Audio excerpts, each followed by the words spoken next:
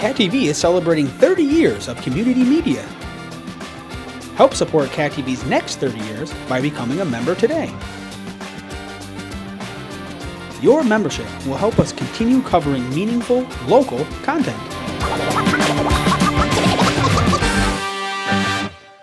Thank you for supporting your local community media station.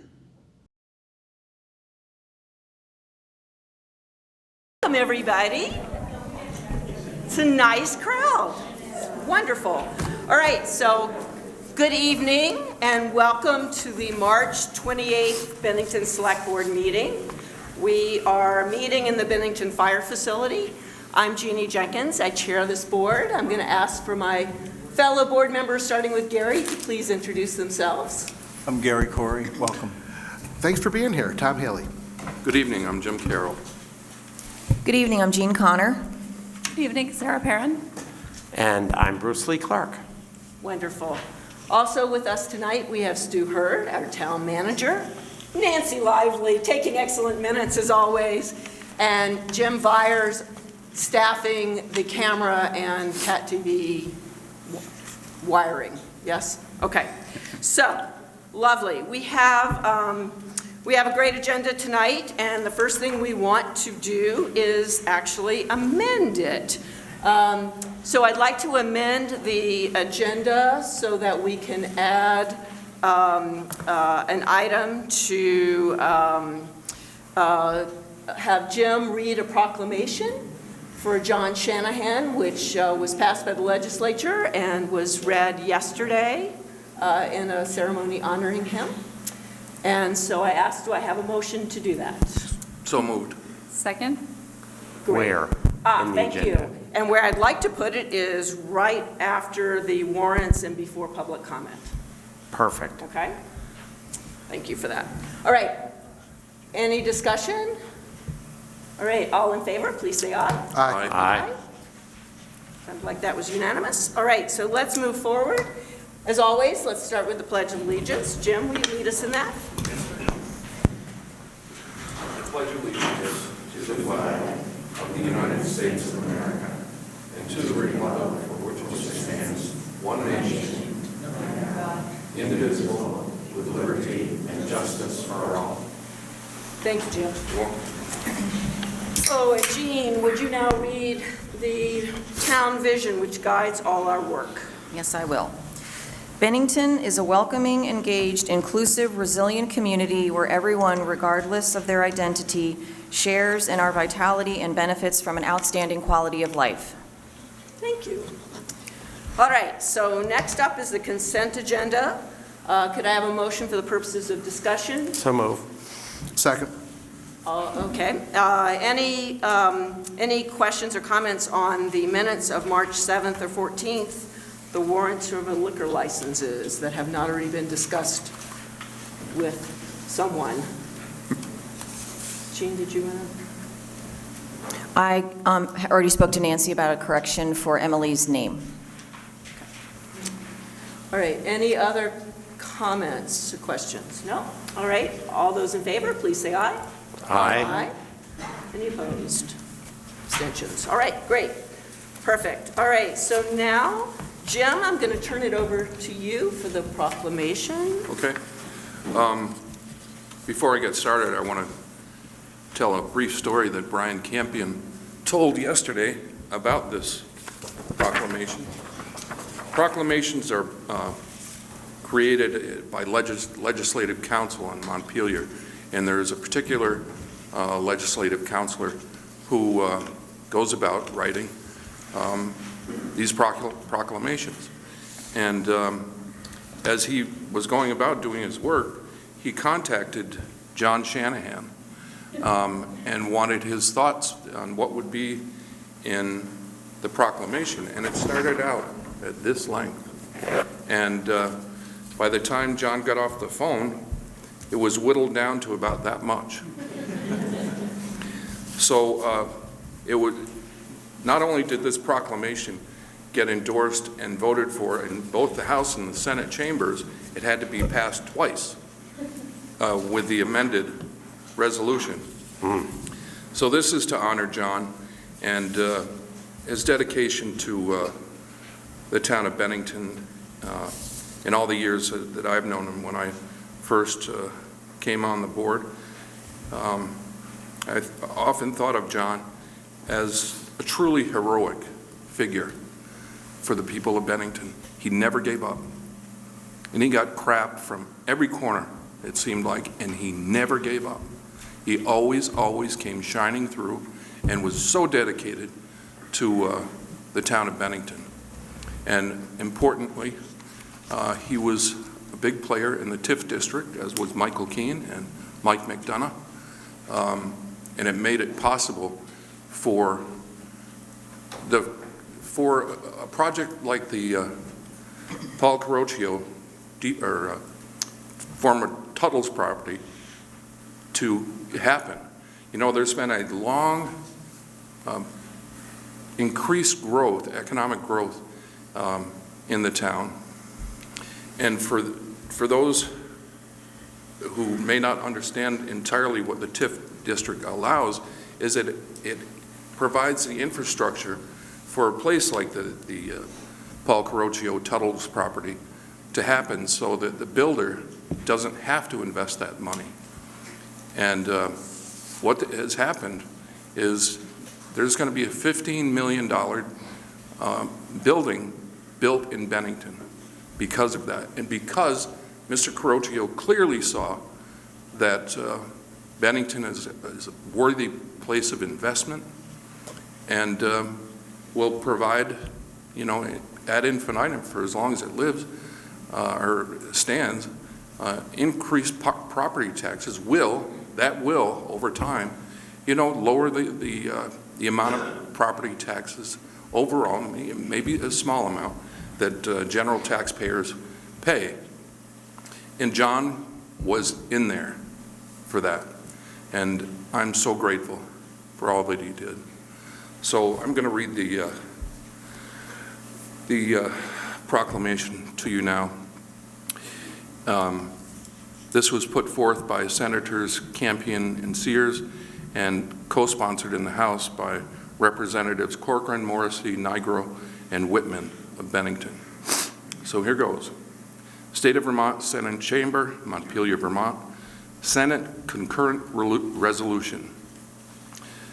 SCR 17, Senate Concurrent Resolution honoring John Shanahan for his extraordinary contributions to the economic and cultural life of the town of Bennington. Whereas John Shanahan sparked an exciting new vitality in Bennington, and whereas his effective institutional leadership at the Downtown Bennington Alliance and later at the Better Bennington Corporation reflected a strong dedication to creating a welcoming and nurturing climate in which existing businesses can expand and new ones can be established. And whereas John Shanahan's role as Bennington's ambassador extraordinaire was pivotal in discussions with out-of-town corporate officials when testifying before legislative committees and when working with funding organizations, and whereas as the executive director of the Better Bennington Corporation, John Shanahan promoted a vision of Bennington as a center for artistic, business, entertainment, and recreational activities, and as a community whose downtown exudes an authentic small-town Vermont Main Street character. And whereas during his tenure at the Better Bennington Corporation, a tax increment financing district was established, creating a taxing mechanism that provides economic incentives for new development initiatives. And whereas the Putnam Block redevelopment project has attracted new businesses and residents to downtown Bennington, and John Shanahan's expert guidance was a critical element in the project's creation and fruition. And whereas he served on the board of the Bennington Arts Council and was a unique informational resource for newcomers to the community, and whereas John Shanahan has concluded his role as the executive director of the Better Bennington Corporation, and Benningtonians are grateful for his impactful community service. Now, therefore, be it resolved by the Senate and House of Representatives that the General Assembly honors John Shanahan for his extraordinary contributions to the economic and cultural vitality of the town of Bennington, and be it further resolved that the Secretary of State be directed to send a copy of this resolution to John Shanahan and the Better Bennington Corporation. Thank you. I wish John were here, but I'd like to offer him a round of applause for everything that he's done.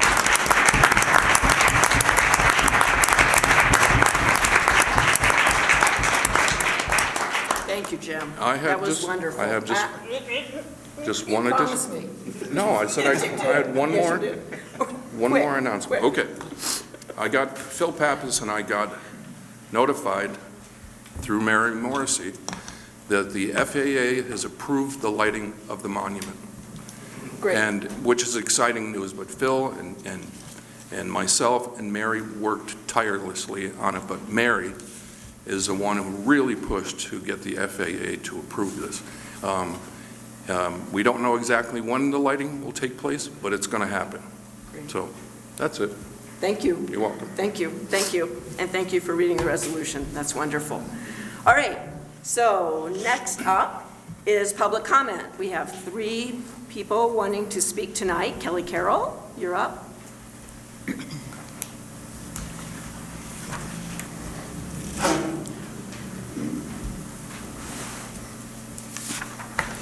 Hi, thank you. My name is Kelly Carroll, and I live in Bennington. And I was at the last Select Board meeting letting everyone know that the American Legion was going to do a spaghetti supper on last Saturday as a takeout. So I just wanted to thank them, most notably Commander Steve Greenslet, his wife Linda Greenslet, and Anna Livingston, who organized the kitchen crew, because they're able to raise, right now, a little over $1,800 that we're going to be donating to the Bennington Free Library later this week for a Lego table, some Legos, and hopefully a lot of books from the American Legion in honor of Emily Hammond, my daughter. So I just think sometimes the veterans organizations do a lot of things behind the scenes, and they don't really get recognition for that. So I just really wanted to make sure that everyone knew that the American Legion really went above and beyond, and we're going to be able to benefit as a community.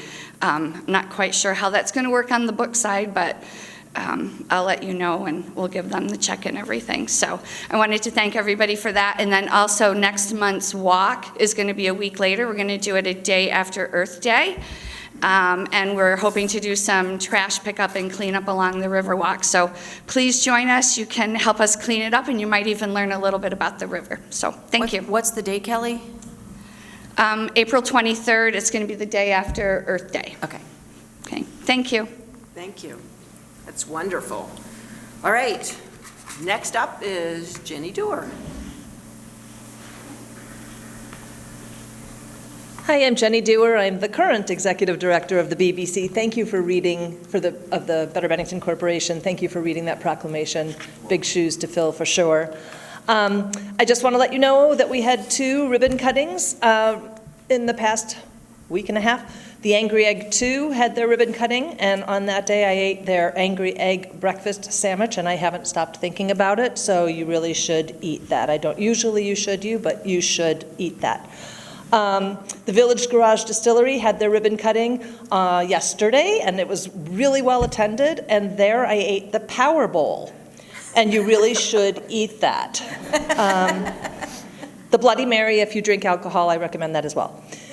And then coming up next week on April 4th, we will be having a ribbon cutting for Knick Snacks, which is moving across the street onto a street-level storefront at 514 Main Street. That's going to be at 11 o'clock a.m. Bennington, you asked for clothes. We're bringing it to Main Street. She's been here, but she's been hidden, tucked upstairs on the 2nd floor. Now she's downstairs. Please shop there. You really should. Shop there. Thank you. Thanks, Jenny. All right, and then Jennifer Jasper.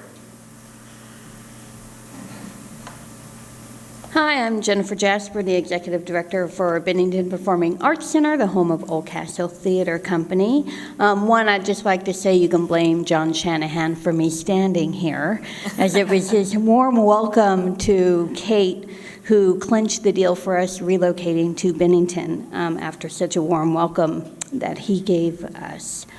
So coming up this weekend, Bennington Community Theater opens their new show, A Brand New Day, Broadway Songs of Hope, which we all could use. And that opens March 31st, and it plays through April 2nd. March 31st is a pay what you will, so come on down and pay what you will to watch the show. Other than that, tickets are $15 and $20. You can purchase all the tickets at bpacvt.org. We're also hosting our fundraising gala to celebrate the 50th season of Old Castle Theater Company. That is going to be held at the Mount Anthony Country Club on April 30th. All the money raised for this fundraiser will have a wine grab, an auction, silent auction, live auction, and entertainment. And all the money raised for that keeps us open for the Bennington Performing Arts Center and funds all of our programs, including the Community Theater, Old Castle Theater Company, the Bennington Youth Theater Project, and community engagement events, free events that we're able to host. Old Castle Theater Company begins their 50th season, and that opens in June with Souvenir, followed by Fully Committed and Sheepdog, and then we end with our 4th show in December, It's a Wonderful Life. And all those tickets are on sale right now, so go to our website, bpacvt.org, and you can purchase everything there. And thank you so much for supporting the arts. Thank you so much. All right, so that was all a lot of happy news, which is great. And we're going to continue with happy news. All right, so next up, I'm going to invite Jenny Dewar back up to share an honor for the BBC and Bennington and next steps with the Better Places Grant Award. Thank you. So I'm not going to use should you on this one, but I'm going to say please, please, please. So I'm going to read the beginning of the press release that was released by the Vermont Department of Housing and Community Development. They are the ones who sponsor the Better Places Grant. I'll say DHCD, I've already read the name, is thrilled to announce that the first Better Places crowdfunding campaign is underway. It goes on to say what it is, which I'll tell you in a minute. It is sponsored by the DHCD with crowdfunding platform developed by Patronicity. The big thing in there is first. We were first in all of Vermont. So that's really great for Bennington, not just my event series that I want to put on. What we're bringing, Thursday Night Live, is an exciting, grant-funded, all-ages program of live performances at Merchants Park. Free live performances. I have a whole slew of different kind of performers. We have R&B, we have classical, we have local talent, we have spoken word. I have a drumming circle. It's going to be really spectacular. It's every Thursday night from 5:30 to 7, from June 2nd through the last Thursday in September. So every Thursday, we're going to have entertainment. Come down, see something for free, go eat at our restaurants, go have a drink, go buy at our shops. So here comes the please, please, please part. The way the grant works is we have to raise $5,000 from crowdfunding. So it's not like one person can give $5,000. That wouldn't be accepted. So $10, $20, $100, anything that you feel you can afford to make this programming happen, I ask you to please go to bit.ly/TNL for Thursday Night Live 2022. And then when we raise the $5,000, we get matched with $10,000 from the state. So $15,000 is just under the budget I need to make this programming happen. I've already booked the artists, so we're raising the money. And what this money pays for is the artists. I never ask artists to do professional performances like that for free. This is their livelihood. I was one, my husband is one. I really strongly feel that way. This will also pay for sound technology and engineers. It'll help pay for our advertising. It'll pay for snacks and waters for those paid artists. And it will help with hoisting the gear. And we're also going to be raffling off gift baskets. And rather than asking my town merchants to donate something like all the other 200 not-for-profits need to do in Bennington, this budget will pay for those gift baskets, and then we'll raffle them off at the Thursday Night Live. So please come, please give us money, and that's it. Any questions about that? Yeah, let's see, is the link that you just read on the website in case people didn't get it? Yeah, it's also on Facebook, so if you're on Facebook, you can go to the Better Bennington Corporation page, and you can just link right directly to it. Yes, that link is on their website as well, and this is a shortened link, so the real link is really long, and I didn't want to read that out loud for people to try and write down here. Okay. So my brilliant assistant created this nickname link. Great. I don't understand how that works, but. Okay, and do you have a deadline when you have to have raised the $5,000? Yes, May 9th. May 9th? Yes. Okay. And we have raised, so far, $1,970. So we're almost $2,000 of the way there.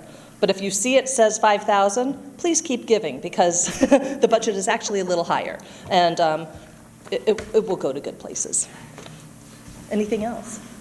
Any other questions? This is exciting. I think so. May 9th is soon. Yes. Great. So we Yeah. should all give now. Yes, please. Yes, okay. Yes, please, please. Thank you so You much. should. That's great. All right. This is just an exciting evening. Next up, we are going to hear from, I think, initially Dan Monks on Economic Development Strategy and Infrastructure Update. So this is our every 2-week update on what's happening with ARPA funds as sort of a catalyst for vigor in Bennington. So tonight's a big night for ARPA funds and for projects that we have envisioned to implement with those funds. We have 2 big projects to talk about. I think the first one,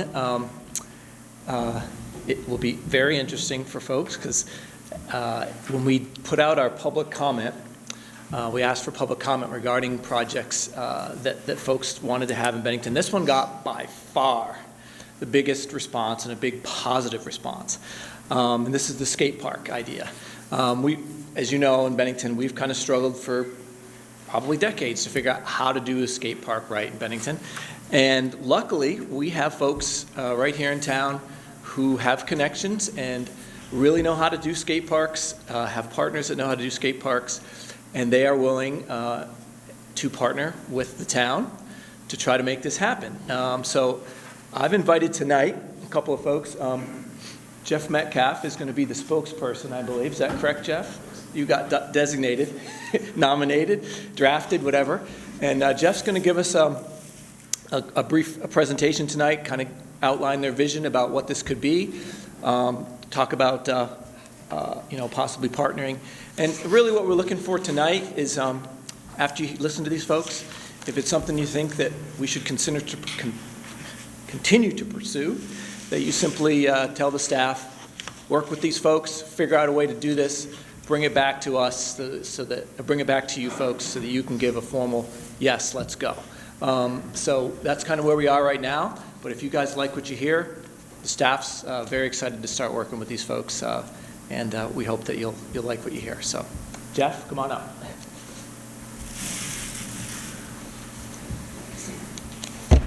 Good evening, everyone. Jeff Metcalf, as Dan stated. I'm representing a group of people that are local here that have had interest in a skate park for some time. I'm with an architecture firm in North Bennington, so I'm kind of helping them with some of the infrastructure questions and sort of how to plan this thing and move forward with it.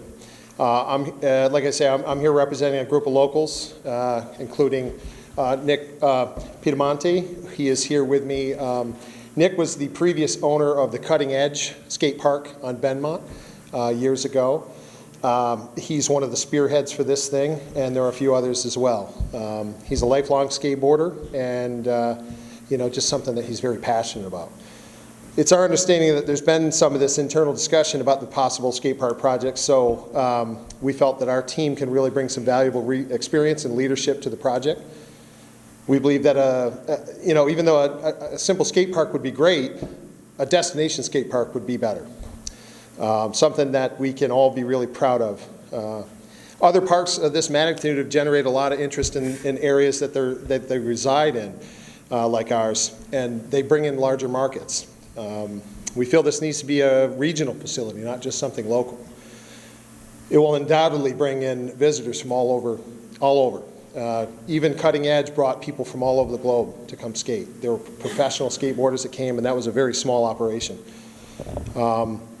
We have prepared a small packet that I'm going to hand out. It's just got a little bit of information that's kind of fun to see. There's some skateboard magazine cover photos and some locals that have made it big in skateboarding in different ways.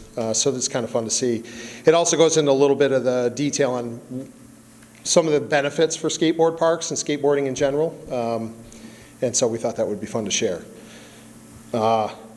You'll see in this packet that I'm going to hand you a little bit more information about Knick and Jan, who started it, when they started it, a little bit more about that. You'll also see, through the many years of its operation, this little park put Bennington on the map. They made their way into many magazines over the years, and as I said, they brought skaters from all over the globe. They hosted contests, fundraisers, live musical events, and provided a safe environment for the local youth to learn. These kids honed their craft while also unknowingly picking up skills as they helped to maintain the park in its steel and wood terrain. They all chipped in to make sure this thing was there for them to use.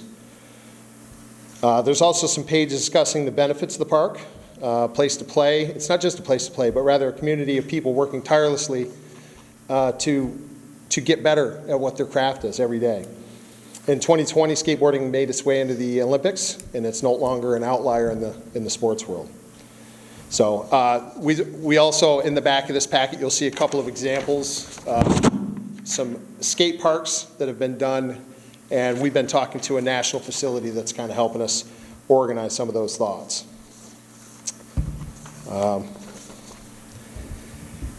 It is our vision that with the town's help, we can make something different, something better. Based on some preliminary discussions, we believe that there would be an ample room in the south end of the Bennington Station parking lot for a park of this magnitude. Our concept is to install a concrete skate park combined with a structure providing some indoor options for year-round use, as well as a place to house some retail and bathrooms.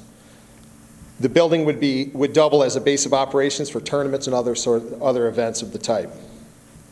Our team is prepared to do our part to help bring this concept to reality. We've already been in conversations with national park builders, looked at other successful operations in our region, and feel we can create something great. What we are asking for now is if the town will partner with us in this venture. We have the passion, but we need your help to make it a reality. And that's it. Great, thank you very much. You're welcome. Questions? I know we have them. Okay, go ahead, Jim. When you say the participation by the town, are you talking about monetary participation, or how do you define that participation? Yes, monetary certainly would be a part of it. I think what we can bring is sort of the leadership to help make it happen, but it's a pretty big project, and so yeah, we would be hoping to get some monetary and assistance. Do you have an estimate on the idea that you have rough for the cost of it? Numbers, but nothing we would want to really hone it in. I mean, we're probably in the $1 to $1.5 million range, somewhere in that neighborhood to do it, but it's all very preliminary right now. And so what we are tasked with tonight is deciding if we want the town to go forward and do some more exploration on what this could look like. Right. So other questions? Yeah, go ahead. It's not really a question. It was an experience I actually had yesterday, piggybacking on the ribbon cutting at the distillery, and I was talking to someone who shall remain nameless there, and this is a grown man, and he was passionate about skate parks. Yeah. I know nothing about skate parks, but I've always been in favor of it regardless. I've never done it. And this gentleman actually started to tear up when he was explaining to me how skate parks are a space where everyone is welcome. It doesn't matter what religion you are. It doesn't matter what ethnicity you are. It doesn't matter what socioeconomic station you are in your life. Everyone comes together, and he was welling up. His eyes were tearing up, and I went, wow, I wasn't expecting that, and it just... I'm here. I don't skateboard. I've never stepped foot on one, but I'm here because of that same thing. I mean, the people like Nick and others that I've talked to, they're very passionate about it. Yeah. And, you know, I grew up around it, but it was just the people that did it, they still do it. It's amazing. Yeah, apparently it's incredibly powerful, and I can't guarantee I'd ever get on a skateboard, but I will be there. It's probably wouldn't end well. I've watched a lot of it myself. But I will be there and watch and cheer them on and dance to the music and eat the food and all of that. 100%. So it was very powerful. It was very powerful. Yeah, agreed. That's great. Other questions, comments? Yeah? Well, it feels like, I mean, this is something that the community is interested in. I'll get to you, Nancy. This is something the community is interested in. I know Sarah and I had conversations about how transformative it could be for kids to move off of the Citizens Bank ATM concrete pieces and into something real. So I personally am also very in favor of continued exploration on how we can do this in this community. So I'll open it to community questions. Yes, Nancy.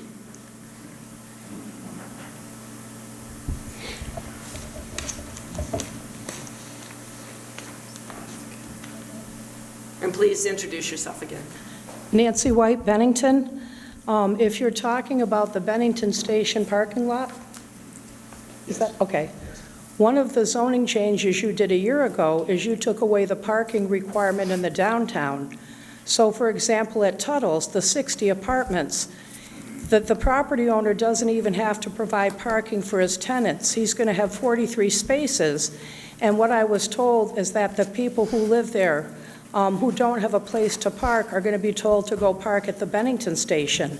And I think as we hear about these apartment buildings, people have to understand the landlords and property owners don't have to provide parking, so that people are going to fill up our taxpayer-funded lot, which defeats the purpose for the downtown. We pay for the lot so that people have a place to shop and to eat and to attend major events. People are not going to get rid of their cars. People need their cars in a rural state where there's winter 5 months of the year. So if we've been told people from Tuttle's are going to be parking their cars overnight at the Bennington station, and I'm hearing about a skate park going in, again, I have to ask the questions. Where are people going to be parking their cars if they want to go to the downtown? You're looking for initial funding. Well, what happens after the first year? Who would you be looking to maintain it and to fund it after that? So Nancy, what we are doing right now is raising questions. So that's a great question to raise. It's not for Jeff or anyone else to answer it. What we are doing is exploring it and deciding if we want to move forward. Okay, one last question too. If this is a regional project, and whenever I hear that word, I'm concerned. If the region wants to participate, please make sure the other towns in the region are going to kick in budget or funding from their budgets too. Thanks. Thank you. All right, anyone else from the community? Yes, please.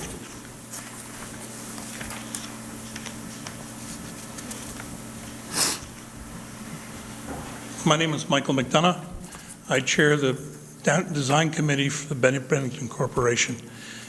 We have been working in conjunction with the town and other groups this summer on a scoping project of the Bloomsack Riverwalk, which includes the park space in which I believe Jeff was making specific reference. I wanted to point out to the board that the concept of the skate park has been included in that scoping and has also been accounted for in the grant application from the Vermont Downtown Board through the Downtown Transportation Grants to fund the first phase of improvements to the Riverwalk from the park east to Park Street. And so I want to emphasize that this isn't a concept that has been born solely out of the people who are so interested in developing a skate park, but also fits very well into the plans for the redevelopment of the Riverwalk, which is your project and your Riverwalk. Thank you. Thank you. And that also reminds me that it also fits very nicely into the rail trail head, which that area is where we hope that families will come to walk along the rail trail. So, good. Yeah, go ahead. I just have one more quick question, and I don't know if you'll know the answer to this.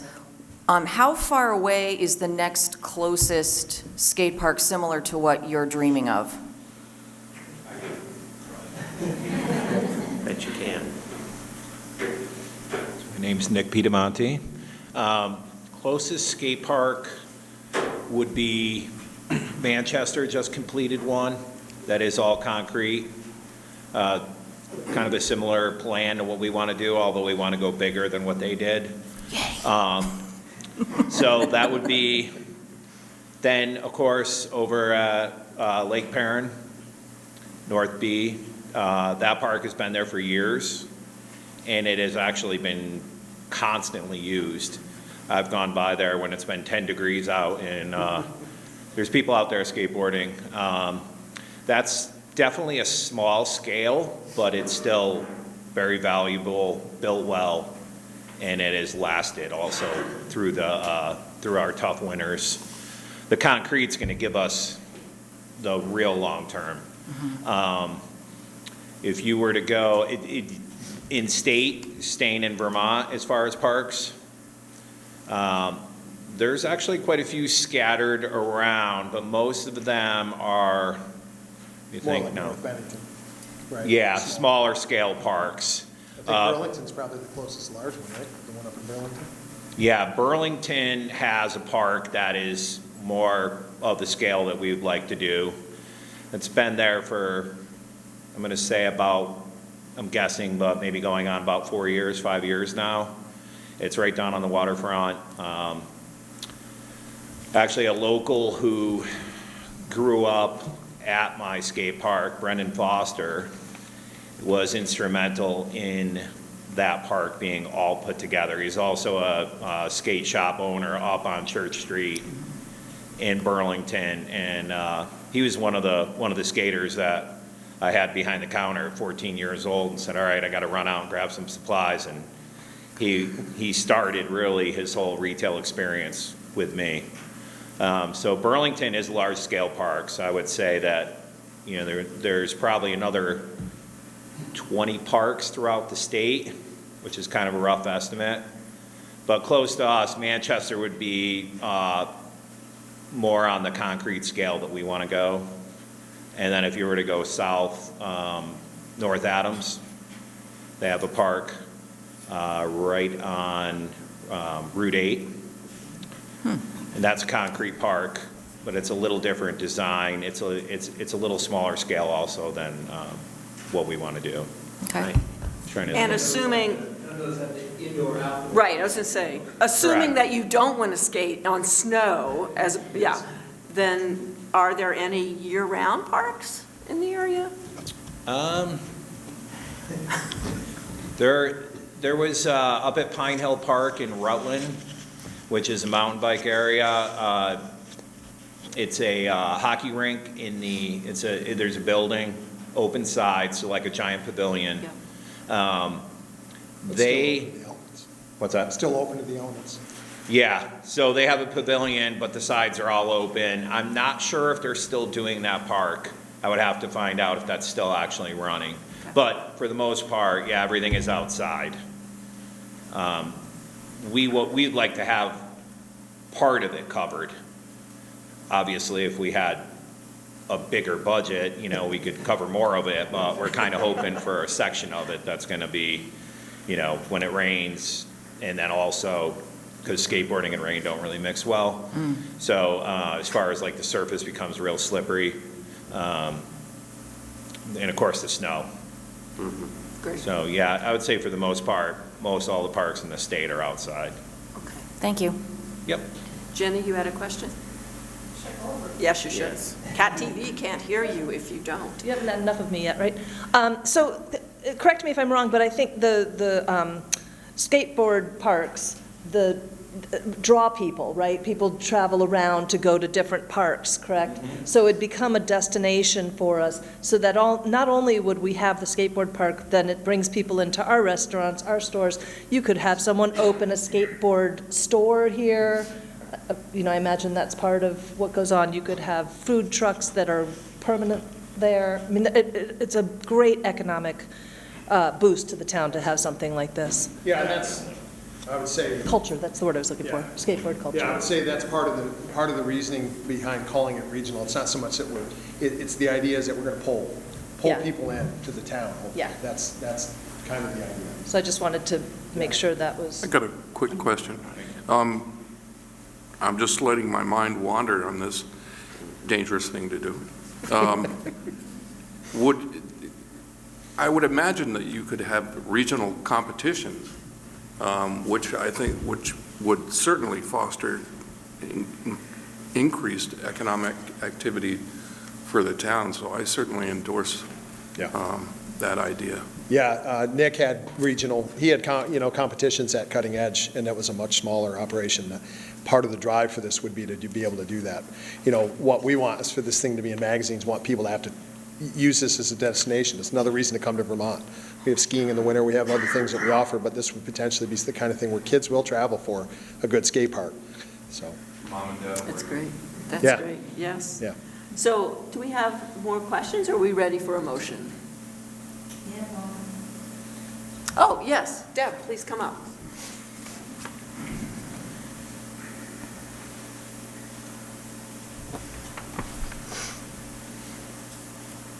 Debbie Matt from Bennington. I was wondering what other possible locations were up for this skate park and why this one was chosen over the other ones. I thought the old Benmont tissue plant location was mentioned. Dan, are you wanting to? Okay. We did talk a lot with the community group that's involved with this project. We looked at different locations, and really we focused on town-owned properties because we don't have to pay money to obtain rights to use a property.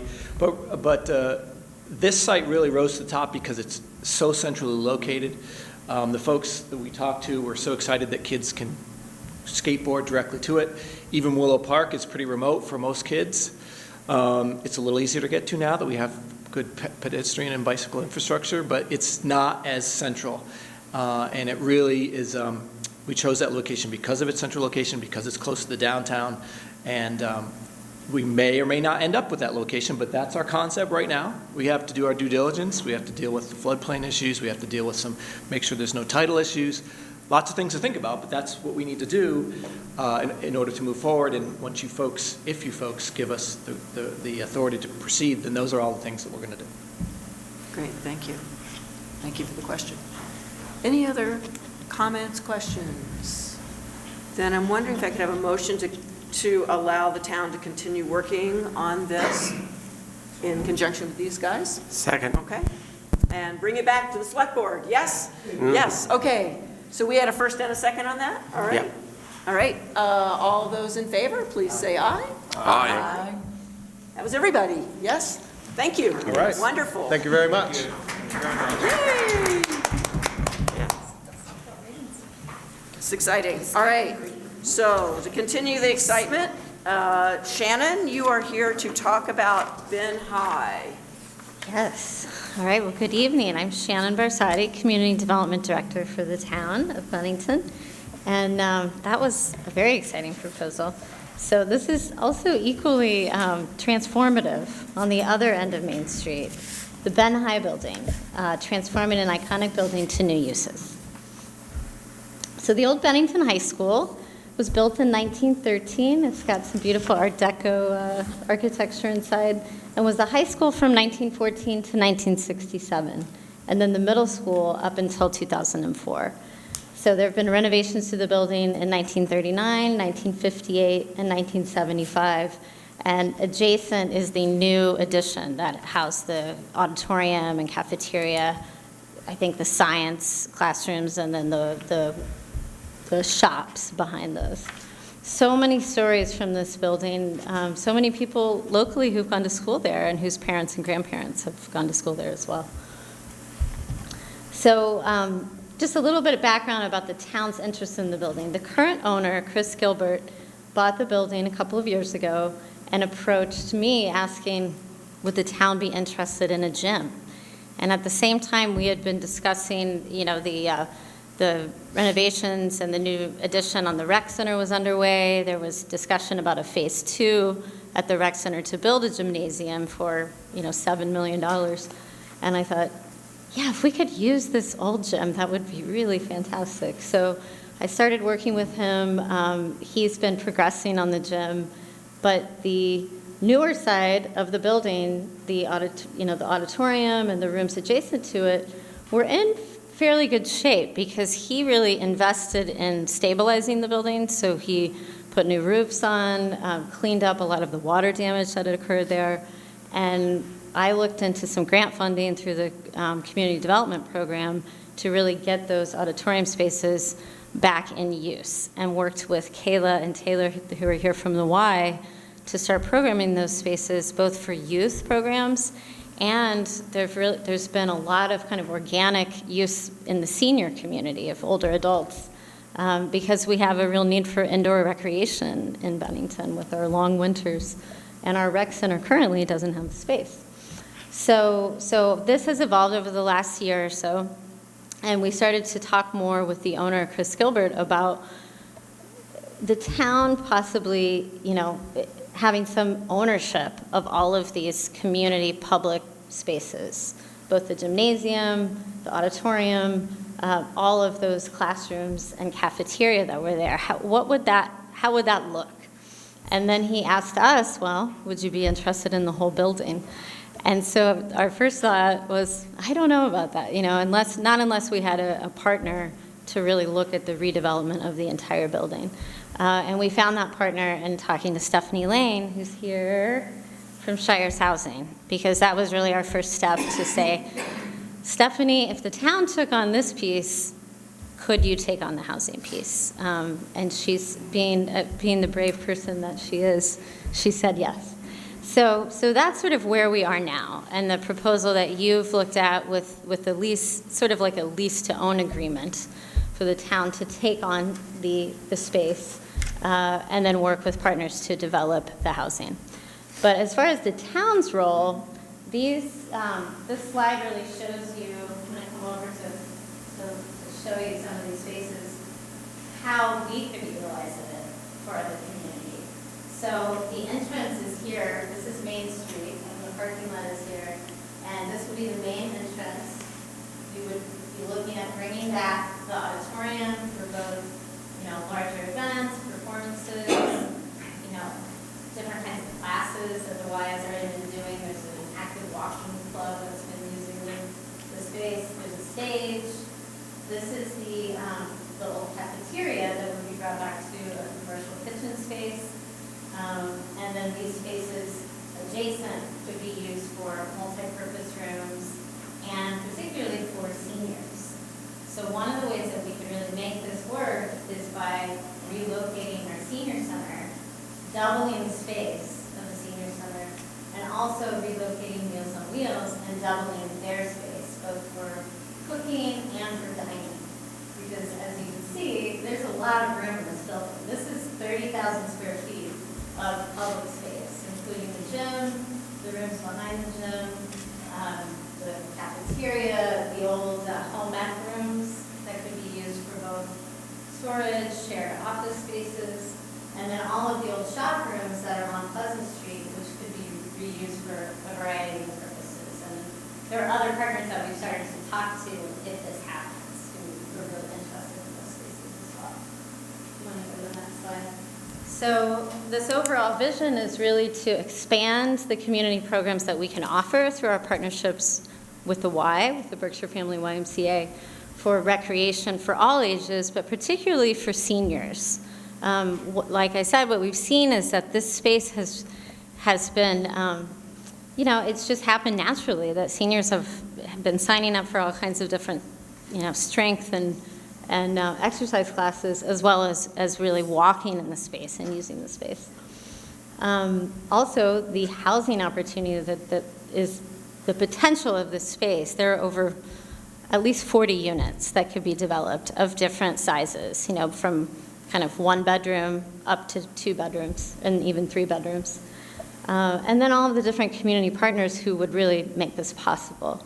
An important thing to note is by the town investing in the public spaces, it actually brings the other investment in housing and makes that possible. There have been a number of studies of the space by housing developers, but they've looked at it and said, well, what are we going to do with the gym? What are we going to do with an auditorium? We really can't develop housing there. So the town's investment makes the much larger investment that would have to happen for housing possible.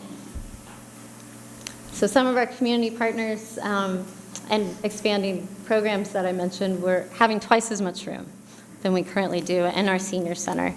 Having exclusive senior areas that they would really only use, and then as well as multi-purpose rooms that could be shared.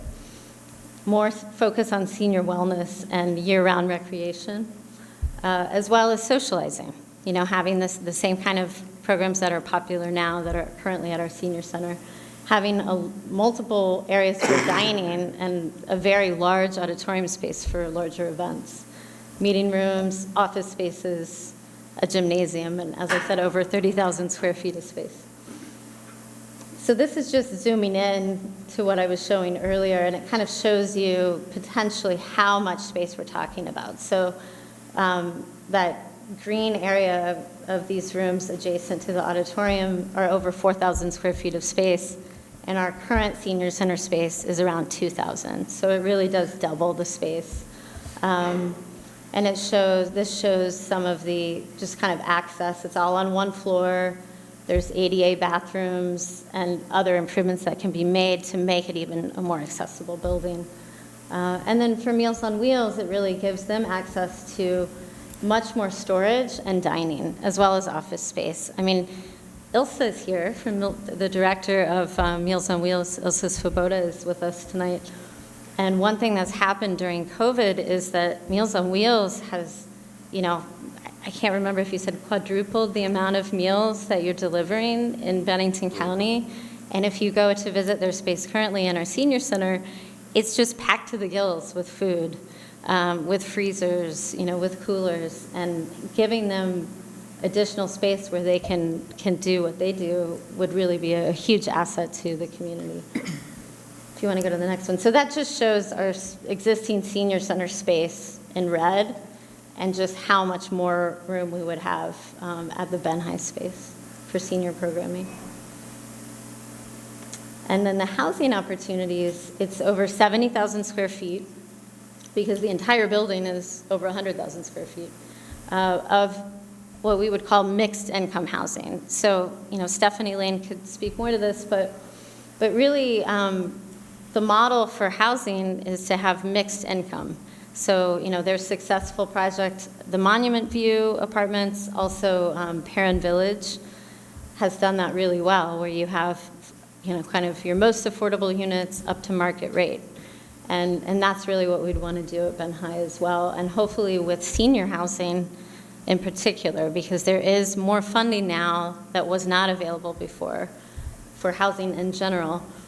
And Stephanie, also, we talked with her about how part of what they're trying to do now with their housing developments is to allocate a certain percentage for families who've experienced homelessness, so that within this development there would be apartments that would be designated for that purpose as well. And that's something that's really been discussed at some of our other meetings when we've talked about that need in the community. So the community partners that I've mentioned so far who are on board and who've all signed a memorandum of understanding to work together to make this redevelopment happen are Shires Housing, Meals on Wheels, the Council on Aging. They are the kind of parent organization of all programming for older adults in southwestern Vermont, and they work with Meals on Wheels on their nutrition programs. They also offer programs at our senior center around wellness. They do all kinds of different volunteer opportunities as well. And the Berkshire Family YMCA and the town senior center. So Jonah, our communications coordinator for the town, and I went to the senior center, and we had a very lively meeting talking with the seniors there about their concerns, their questions. This is a big change. And, you know, it's something that is hard to conceptualize in the building now because it really still needs a lot of improvement. So, but, you know, the more that we talked about what it could be, I think that started to pique interest. And the seniors would be involved in every step of the way of thinking about how the space would meet their needs and what they could grow into that they don't have now. But some of their concerns were what senior programs would be moved. So all of the current programs that are at the senior center now would be available for free at a new location at Ben High. You would not need a YMCA membership to continue with those programs, but Kayla and Taylor can tell you that the Y membership is very affordable for seniors, and you know, there are multiple programs and ways to make it even more affordable for those who would like to join and be members. Safety concerns around the building and around Pleasant Street as well. And so our answer to that was that any redevelopment that would happen would take all of those concerns into consideration around lighting, around security, as well as improvements to the parking lot. And, you know, just that really by taking a building that's sat vacant and bringing it back to life with activity, that also improves the whole neighborhood around it. I mean, that's been shown time and again, and we all know that Pleasant Street and East Main Street in general could use this kind of revitalization. So air quality and environmental concerns, any investment that the town would make, any investment that Shires Housing would make, would have to do an environmental assessment of the building. And we have to remember that this was a school just 16 years ago. So there already has been quite a bit of environmental cleanup around asbestos removal, removing old fuel tanks, et cetera. So we feel good about the quality, and we would just be improving the quality with updated HVAC systems to the building. Transportation concerns that were brought up at the senior center were how those folks that live next door now to the current senior center would be able to get down the street from the Walloomsack apartments to Ben High. And so Jonah, who's on the board of the Green Mountain Transportation Network, talked with them about having a designated stop at the Walloomsack apartments and really kind of a regular senior bus that can do the route from that location to Ben High and maybe back to the rec center for swimming, you know, and just to make it even easier to be able to access the Meals on Wheels programs and lunch. Other parking concerns about having enough designated spaces right at the front of the building. That's something that if the town is maintaining that lot, we can certainly do. And there's actually more parking available there at Ben High than there would currently be at the town senior center now. And will it cost Meals on Wheels more to move? And that answer is no. We would be expanding the space of Meals on Wheels, but not charging them more rent for, you know, the services that they provide. So for next steps, I'm going to bring Dan up. Dan has really helped work with me and Chris Gilbert on this lease agreement, as well as with the town's attorney, and can talk through some of the next steps to make it possible.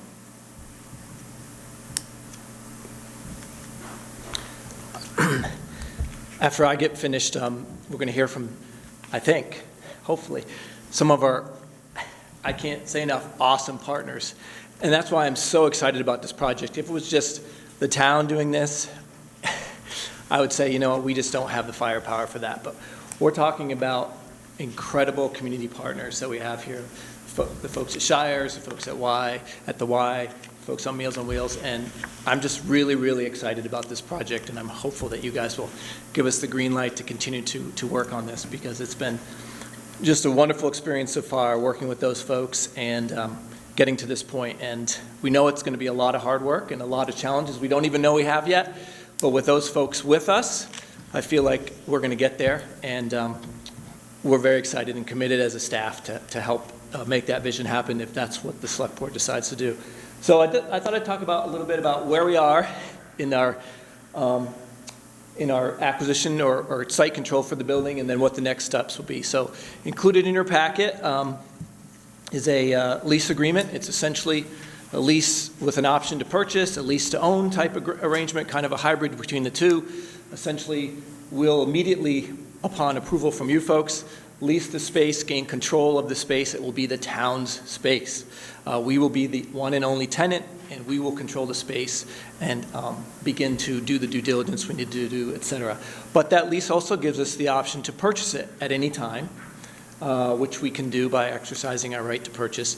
But it also allows us to, at a very affordable rate, prime plus 1%, simply pay the current owner over 30 years, and after 30 years we'll own it. So it's essentially almost like a mortgage as well. But we have the option to either pay a very small amount over 30 years or purchase it at some point, if that makes sense, from building our financing model, et cetera, with our partners. So all that's to be determined, but we have really, really significant flexibility. If for some really crazy reason we decide in the next couple months we just can't proceed, we can simply walk away after paying our monthly payment during the time that we occupy the space. So it's actually a really, really great flexible agreement that I hope you agree makes sense for us to proceed with. So that's kind of the next step, is getting you folks to say, yes, we want to proceed, authorize the town manager to sign it, and then we'll proceed to do the next steps, which is our due diligence. We'll be doing, as Shannon mentioned, we'll start doing the design and permitting. We'll take a second look at the environmental, which we've already done, a preliminary look with an environmental consultant who feels very confident that there are no significant issues there.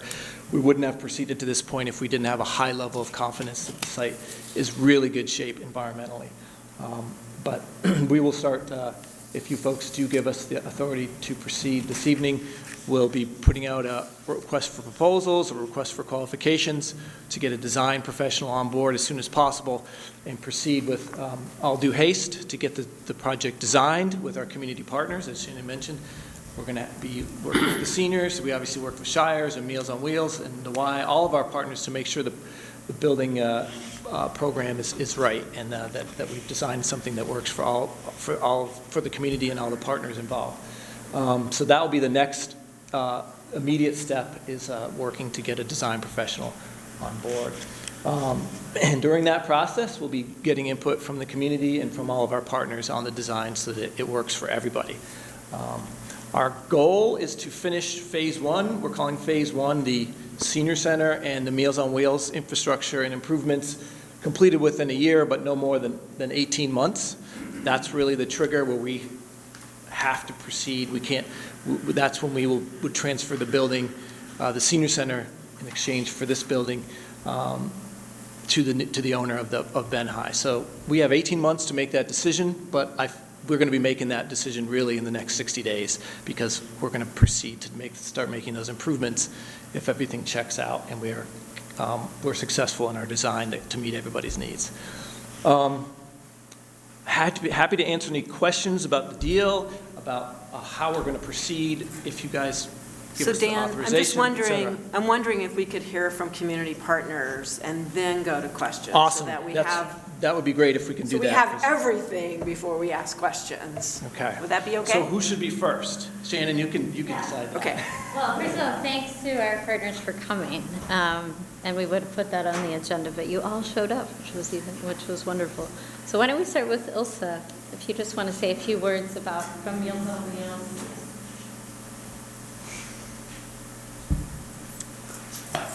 Hi, my name is Ilsa Svoboda. I am the Executive Director for Meals on Wheels, and we've had quite a week at the Senior Center. A good week for me. I have to say that in partnership with the town, as we do rent the building of the first floor of the Senior Center, and the town has been generous enough for the past over 25 years to subsidize our rent. So they answer anytime we have an issue at the building, anytime we have any lights out or we need oil, they've always been there. So I'm very grateful for the last 5.5 years that I've been there that we've been able to rent from the town. I also believe that keeping seniors under one roof is important. I think that seniors who come to our site, so we prepare over 300 meals per day at Meals on Wheels, and that is for the entire Bennington County. We also have 2 cafes, one in Bennington and one in Arlington. The one in Bennington can have up to 80 people in one day. So anybody that knows that first floor knows, the crowded spaces. We've been open all through COVID, same staff, same director, same everything, except for the clients who we had to change delivery. Fabulous volunteers. I think that by splitting the senior center and Meals on Wheels would not be a good idea. I think a perfect day, and working with seniors for over 20 years, a perfect day, which I've asked many seniors who have come to me these past 2 weeks, what is their perfect day? What is a perfect day for a senior? A perfect day is if they can drive to the senior center and have a wonderful program for them in the morning, then proceed to a great lunch, and then have a program in the afternoon. If they could drive, fabulous. If not, you cannot have senior programs without a bus, which I have been promised that a bus will pick up my seniors at any given sites through Green Mountain Express. So I think that with the programming and the meals that a senior gets would receive from Meals on Wheels, from the town senior center, I think that the collaboration is a good collaboration, providing that we get a few things from the move, and that would be the bus transportation, the safety and the security. That was a big deal that I know we spoke about, and we did speak about this at the meeting, but I think that it's important that everybody knows that the seniors do need that safety feature there, as well as the staff. I think that the programming is important because you can build a building, you can renovate a building, but you need people to come. And I think that between the right programming, a great meal, I think that the seniors can flourish in this community.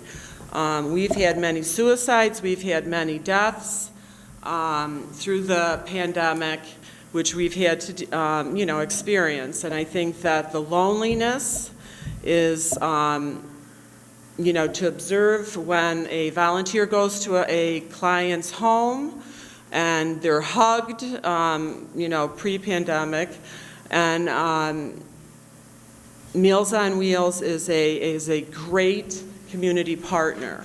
So I think that if what we are promised through this collaboration, I think that having seniors under one roof is a great thing. And I'm with it as long as I don't get, as long as our lease that we have at the senior building, is up in October, and I just want to make sure it's extended so that we don't have to go somewhere in between. So I think that the collaboration is a good collaboration. We've had some yeses and nos from the senior, but I do feel the seniors need to be involved. I think that they're having little committees to let them know, to let us know what they want. They'll tell you what they want. and we want to give it to them. They're very important people. They are history to this building. They've gone to the building. So I think that between Meals on Wheels being there and the senior center, I think the collaboration would be a good thing. So I can take questions if you want. I Any don't know, questions? so let's hold questions to Okay. the very end. Thank you so much. How about Kayla and Taylor? You want to come up really quick? Because we're talking seniors, you can talk about. Yeah. All right. Hi, everyone. I'm Kayla Becker. I'm the branch director of the Berkshire Family Y at the Rec.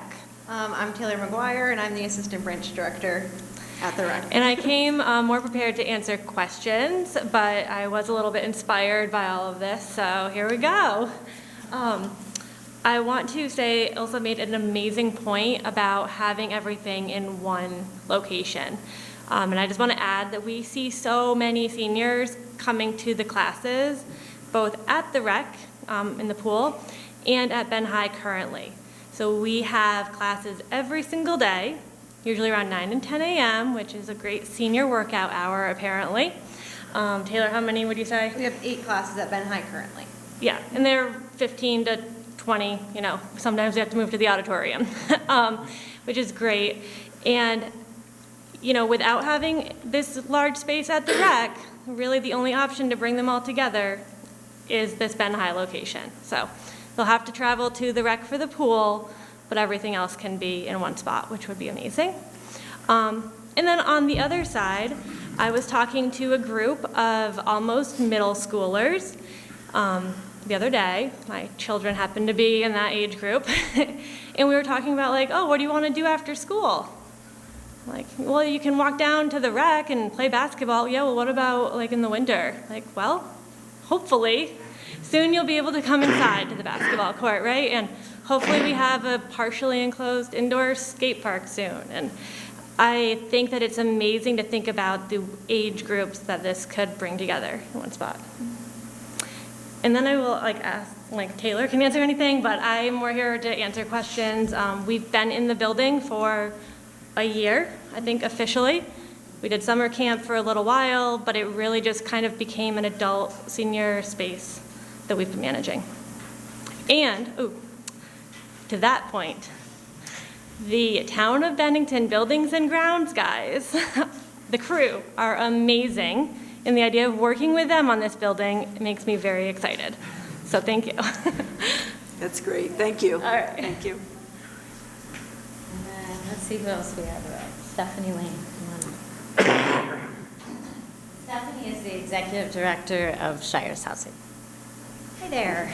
Thank you. I didn't prepare anything formal, so I'll just say hello. I'm Stephanie Lane. I'm the executive director and director of development for Shires Housing.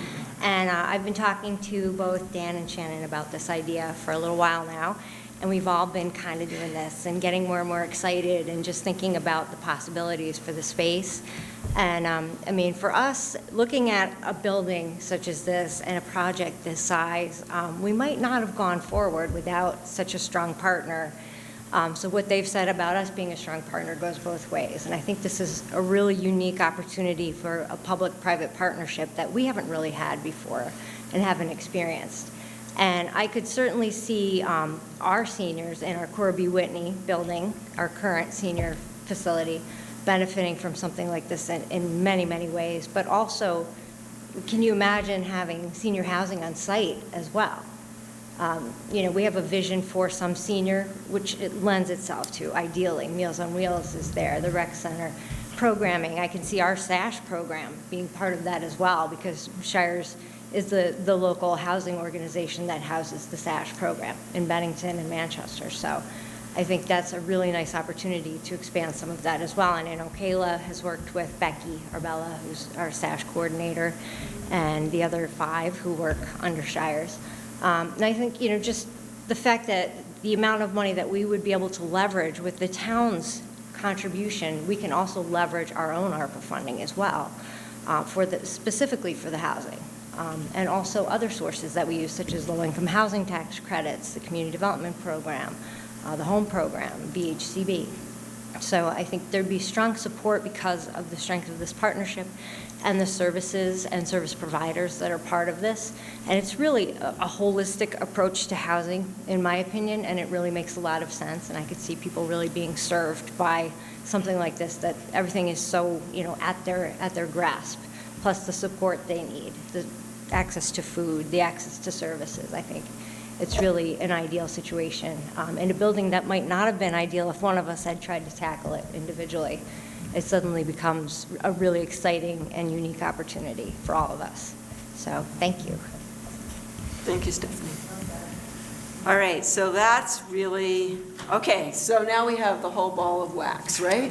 This is so exciting. It is, I mean, it's housing, it's recreation, it's community, it's a gym, which will make so many people happy in this community, and it's a very flexible agreement. So with that, questions? Bruce, I see your hand going up. Yes, it's going to be Dan, I think I'm going to have the questions for. And I don't want anybody to take this the wrong way. I'm very excited about this whole idea. And I've been thinking about it a lot. And the various pieces that come together. You mentioned an environmental assessment that has been done and one that's continuing, that's going to need to continue in the next, I guess, 60 days or something of that sort. Can you tell me anything about whether we have tested the site for PCBs? We have not formally tested the site for PCBs, so that will be part of the testing. Because we're working with Shires, they actually have very, very rigorous environmental requirements, correct, Stephanie? Yeah. So right. In addition to what the town's going to be doing to make itself feel comfortable, Stephanie will have to do a separate, distinct process that can be used for bank financing, et cetera, which is much more formal. I don't know if it gets you any more information, but it's much more formal and is required. We will be working with our own environmental consultant, we've already talked to, who is very familiar with the building, and his quote to me was, "There's nothing to worry about in that building." And he will definitely confirm that by doing a thorough review of the building once we have site control, which hopefully we'll have after today. Right. And we'll send him in to do that work and provide a report for us to make sure that there isn't anything lurking in there. Yes, we all say, well, it was a school. That's the problem. It was a school, and we know what schools are like in Vermont, and we know how many, well, we don't know how many have been contaminated. That's the problem. I would say it's not schools in Vermont, it's any old building in Vermont. Yep. That's true. So it's all part of what you do when you take over an old building. You look for those things and you try to address them. Yes. So. I just ask that we get that report along whenever the...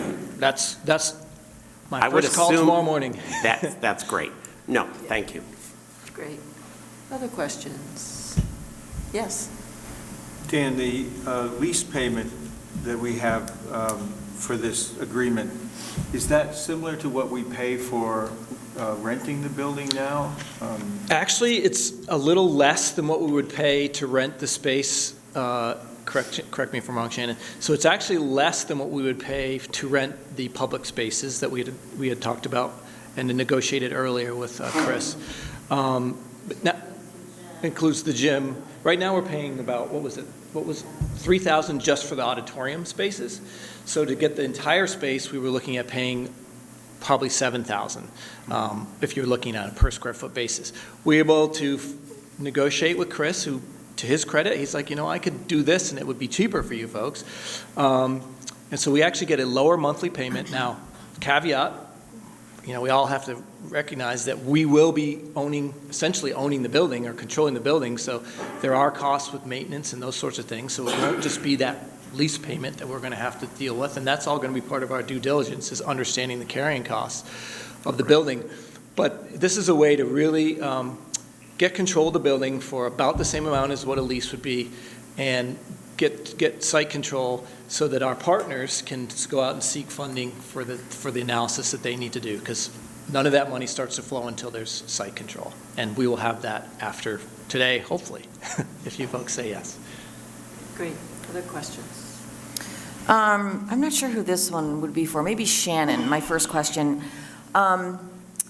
Some of the spaces that weren't designated to Meals on Wheels or the senior center, I'm assuming those would be available to someone who maybe wants to have a birthday party, or a not-for-profit may need meeting space. So those spaces are flexible for those purposes, right? Right. In fact, we've talked with Kayla, which she's already really been doing at Ben High. Even in its current kind of unfinished condition, there's been a lot of interest in the space. You know, the farmers market has had their winter markets there, and other groups have asked about renting it out. So that's something that the Y would help to manage. So they would sort of keep like a master calendar, and you already do birthday parties at other spaces, so that idea would work really well. Great. I think. And would it be a source of income as well? Right. Let's see. Oh, I really liked the community, the communal meeting office space, because I'm thinking of all the collaboration that could take place just sort of organically. You're all in the same building, but it's the office space being together was really, I thought, a great idea, rather than everybody being in their own spaces. Let's see. Stephanie, will you come up? I know what SASH is, but I'm wondering if people don't know what SASH is, if you could explain that. And then Ilsa, this is probably mostly for you.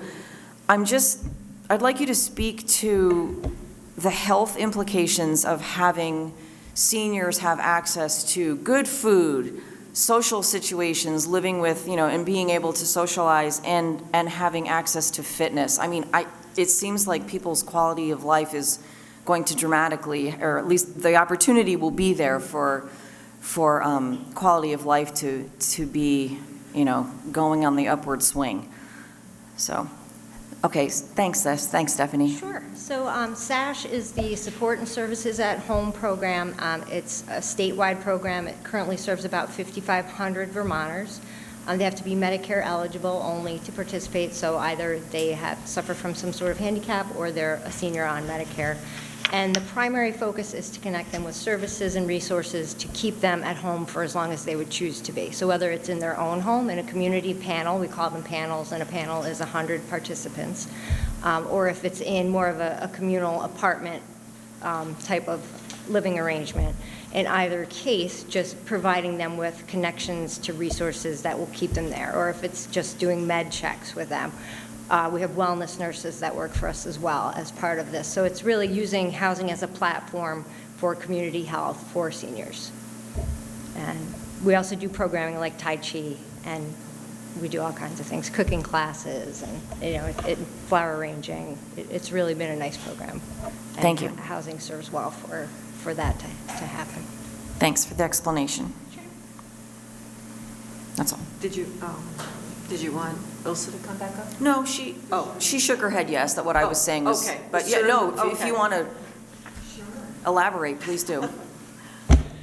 So it's a proven fact through any statistics that if a senior who is 50 to 60 and above has nutrition and socialization, they live longer.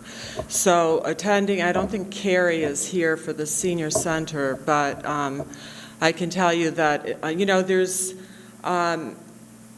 just as if you were going into a fourth grade class, there's different levels of children in that class. There's your high achievers, your middle achievers, and then children who may need the extra help. Seniors are that way as well. Our older Vermonters, there are seniors who can walk 5 miles. There are seniors who could run marathons. I have a 96-year-old who runs marathons. You know who he is. He also does windows.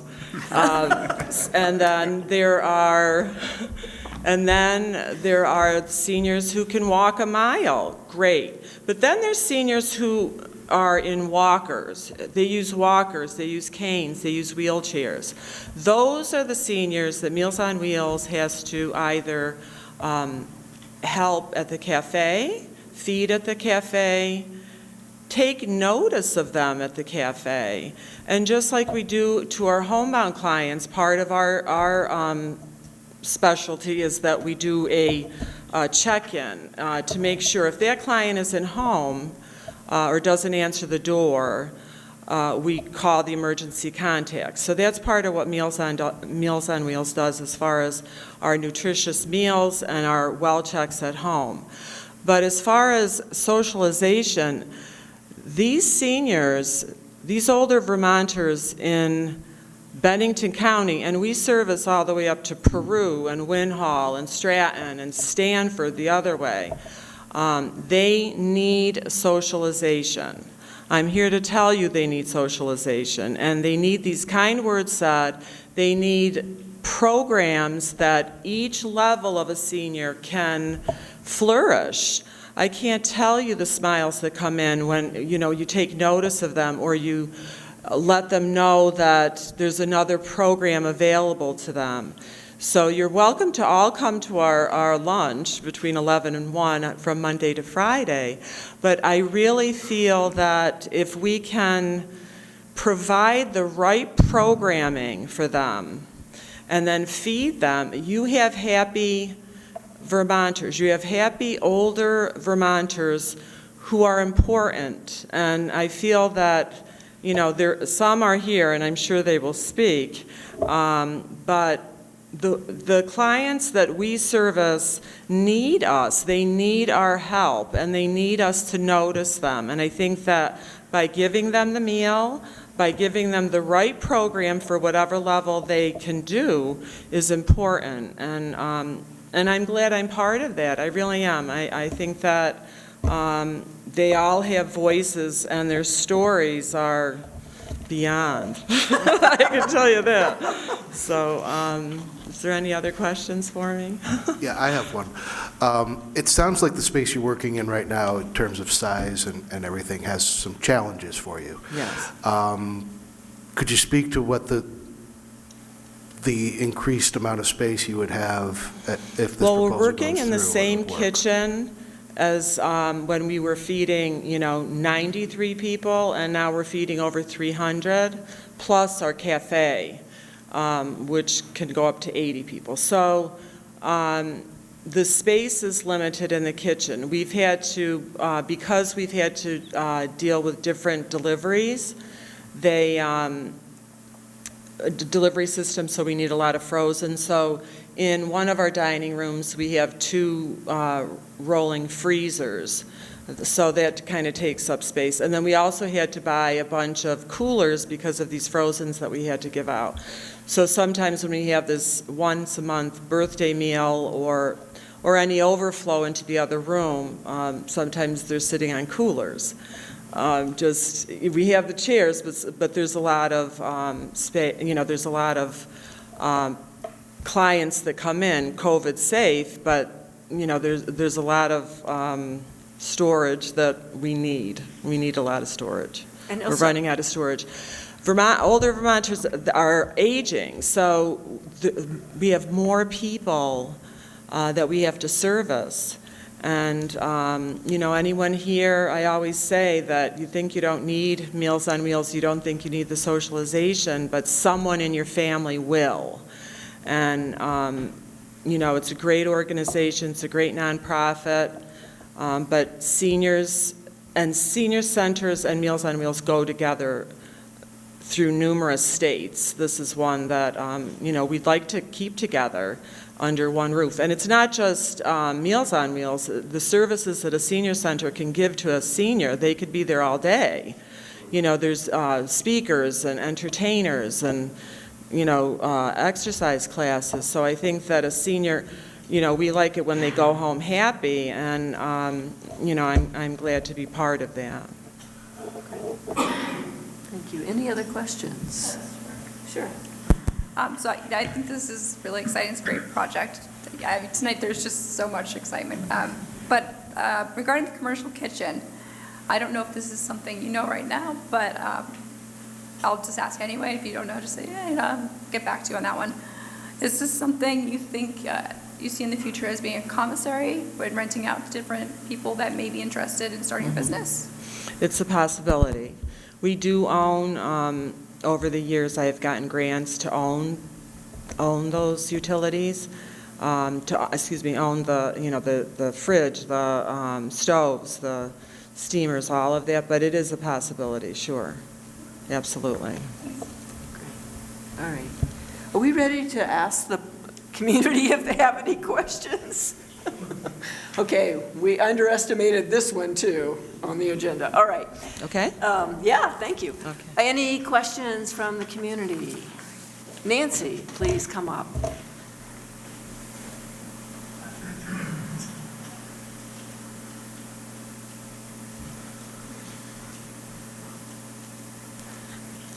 The meeting at the Senior Center Friday went for 2 hours. It could have gone for 3 or 4 hours. That's how many questions people had. And there were only about 50 people there, and they were packed in the room shoulder to shoulder. There was no socially distancing. As far as I know, that meeting was on the town website for less than 3 days. The only reason I know is because Rose told me, and I think the public should have known what was discussed, because we heard a lot more at that meeting than I heard here. I want to remind people, we could have bought the senior building, the Ben High for $1. The school offered it to us when they were going up on the East Road, and our town said no. So we could have had that. We could have had the gym. We could have been using the building for a variety of things and making money, and we passed on it.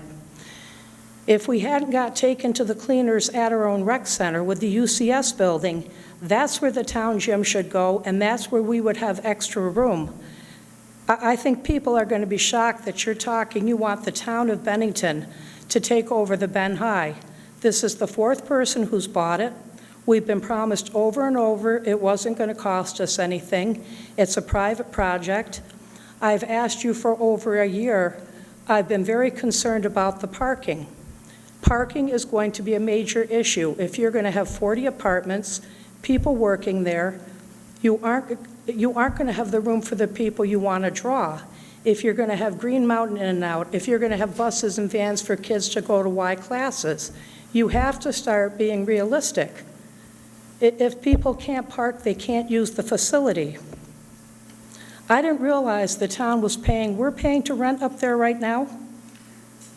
Nancy, we've discussed this ad nauseum in this meeting, yes. And the funding came from the state. We've had these conversations. So, Okay, it's Jeannie. your time to make comments, Okay, Jeannie. so make comments. What you didn't bring up tonight is we were told at the senior center you want to swap.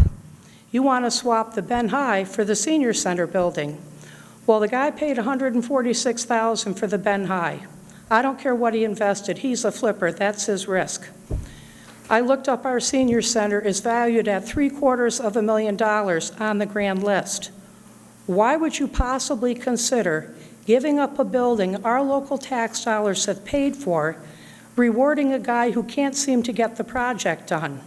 On top of that, we were told the senior building, once he owns that, is going to have to be tied to the Ben High project to fund it. Every way I look at this, it looks like our town is getting dragged more and more into a building that we shouldn't be on the hook for to start with. So who wants to talk to me about this flipping the Ben High for the senior center? Nancy, this is the time for comments, and so Jeannie, so I'm going to say, as we have said before, if you have questions, please connect with our town manager, Stu Hurd. He can explain many of the things that you've brought up this evening. You've brought up before. They've been answered a lot. So I'm just going to say your first stop is with Stu Hurd. Stu Hurd is your employee. Yes, You're and the that's ones why who- I am saying your first stop is with our town manager. Jeannie, the public has had no idea. Nancy. Jeannie, we have heard that you were talking, first the Y was going to lease it. Then we heard the town might want to buy or lease the gym and the rooms around it. No one had any idea you wanted to drag us into the entire building. Nancy, please make your comment.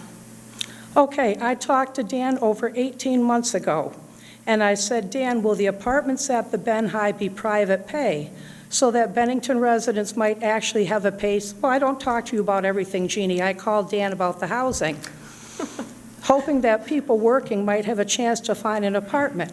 He said it was going to be workforce housing, which is subsidized housing, but at least people working might have a chance to get an apartment. When I read the report from the group you paid $50,000 to, they're the ones that suggested senior housing, focusing on a senior building. Are you talking about the housing study? The group from up north, they- accompanied Energizer report? Is that what you're talking about? The group you paid $50,000 to of ARPA money to look over the TIF district. And Nancy, we've had this conversation before, so please share your thoughts. Jeannie, you have never discussed that the Ben High, the guy who bought it, I asked Dan, I wanted to know where Nancy, people... we're not going to have an argument here. If you have comments, please make them. I want to know why I was told it was going to be workforce housing, now that we've got Shires and nonprofits involved, where once again the public has been kept in the dark. Why are we talking senior housing? So my surprise, Nancy, was that 15 months ago, we had no idea what this was going to look like. So we are all seeing this tonight. And so as Dan just explained, this is an opportunity for us to go forward, do our due diligence, both on the environmental side and on the financial side, and to start really looking with our partners at what this incredible opportunity could look like. And if it turns out it isn't an opportunity for us, we won't go forward because it's an incredibly flexible deal.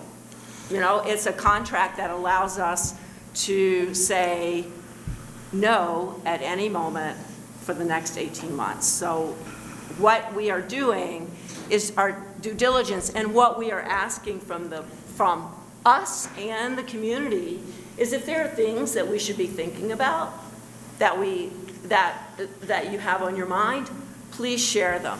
But in terms of anything else, Okay. right now what we would really like you to do is you've shared your concerns about parking, you've shared your concerns about, I don't know, the building. Losing the senior building that we've paid for 30 years. This is a repeat of the rec center.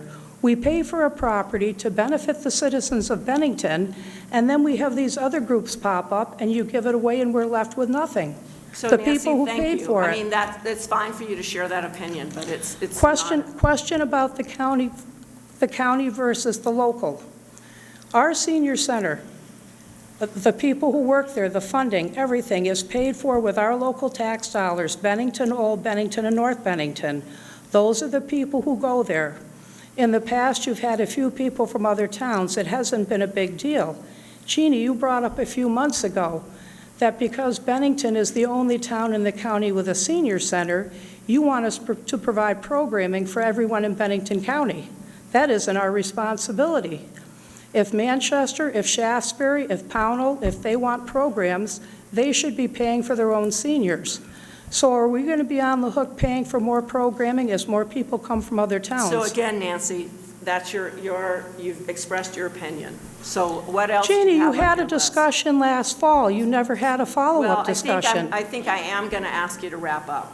So please, if there's anything else that you haven't covered yet that you want to make sure that we know about, please do.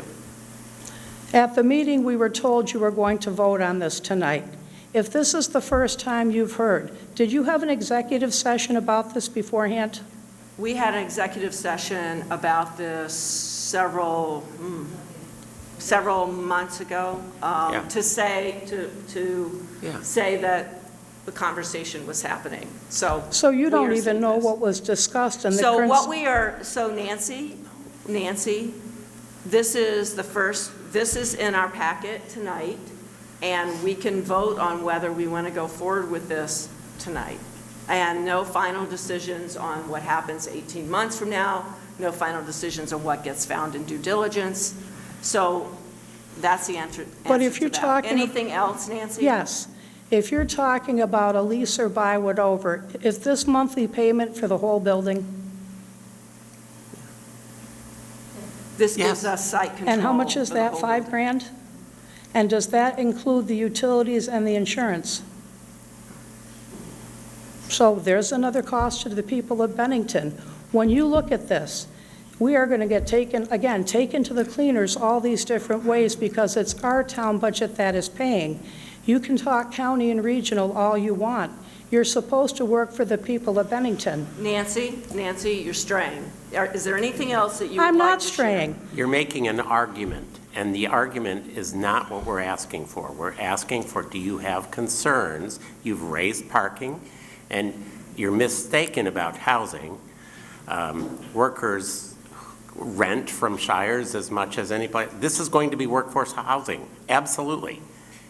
So your perception on that level is just dead wrong. So Nancy, No, Jeannie, I have one last- Nancy, is there anything else that you have not Yes. brought up that you need to bring up? If the guy ends up with our senior building worth $750,000, and it says it's going to be some type of affordable or government housing, who is the group targeted to live in that building? Nancy, this is not, that's an inappropriate question for this. It's not, Jeannie. I'm just interested to know. It is, Nancy, and so what I'm going to ask you is to please sit down. You've been up for 15 minutes, and it is... You're right, and I've been trying to ask questions and get answers for 15 months. Nancy, you were in a 2-hour meeting on Friday, and you asked a lot of questions. Jeannie, were you at the meeting? I'm going to ask you, I was there, and I will ask you to please sit down. And I'll say this, I didn't know you were there. They said you came in and sat in the back. For the chair of the select board not to have the backbone to get in front of the citizens and answer questions from the public, you left Shannon and Jonah to do it. That wasn't their job. You're the chair of the select board. And you didn't even stand up and say a word, you snuck out. Thank you, Nancy. Yeah. Please. I just wanted to respond to the point about the value of the senior center building, which Nancy is correct. And part of the agreement, if you look through the lease agreement, is that in order for Chris Gilbert to, if the town goes forward with this and makes the renovations and moves our senior programming to Ben High, then there would be an exchange where Chris Gilbert would then take the senior center building that we have now to develop into housing. Not affordable housing. It would probably be, market rate. But in order for that to go forward, he has to invest the value of the senior center building back into Ben High.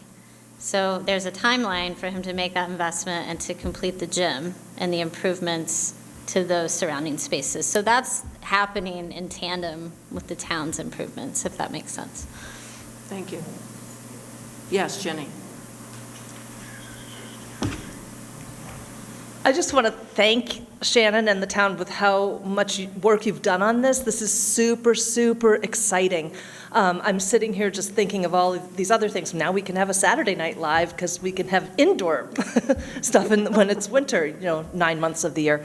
And I was thinking of roller skating and of a teen disco. And what we keep talking about is there's nothing for kids to do, and we can create all kinds of programming for kids. If there was a daycare center in there, and you have the seniors in there, the best thing, my mom had Alzheimer's for over 20 years. The best thing for her was to have a 2-year-old on her and doing Itsy Bitsy Spider over and over and over, and both of them enjoyed it like it was the first time. So I'm just really, really excited about this project, and I hope you do move forward with it. So. Thank you. Thank you. Yes, Clark.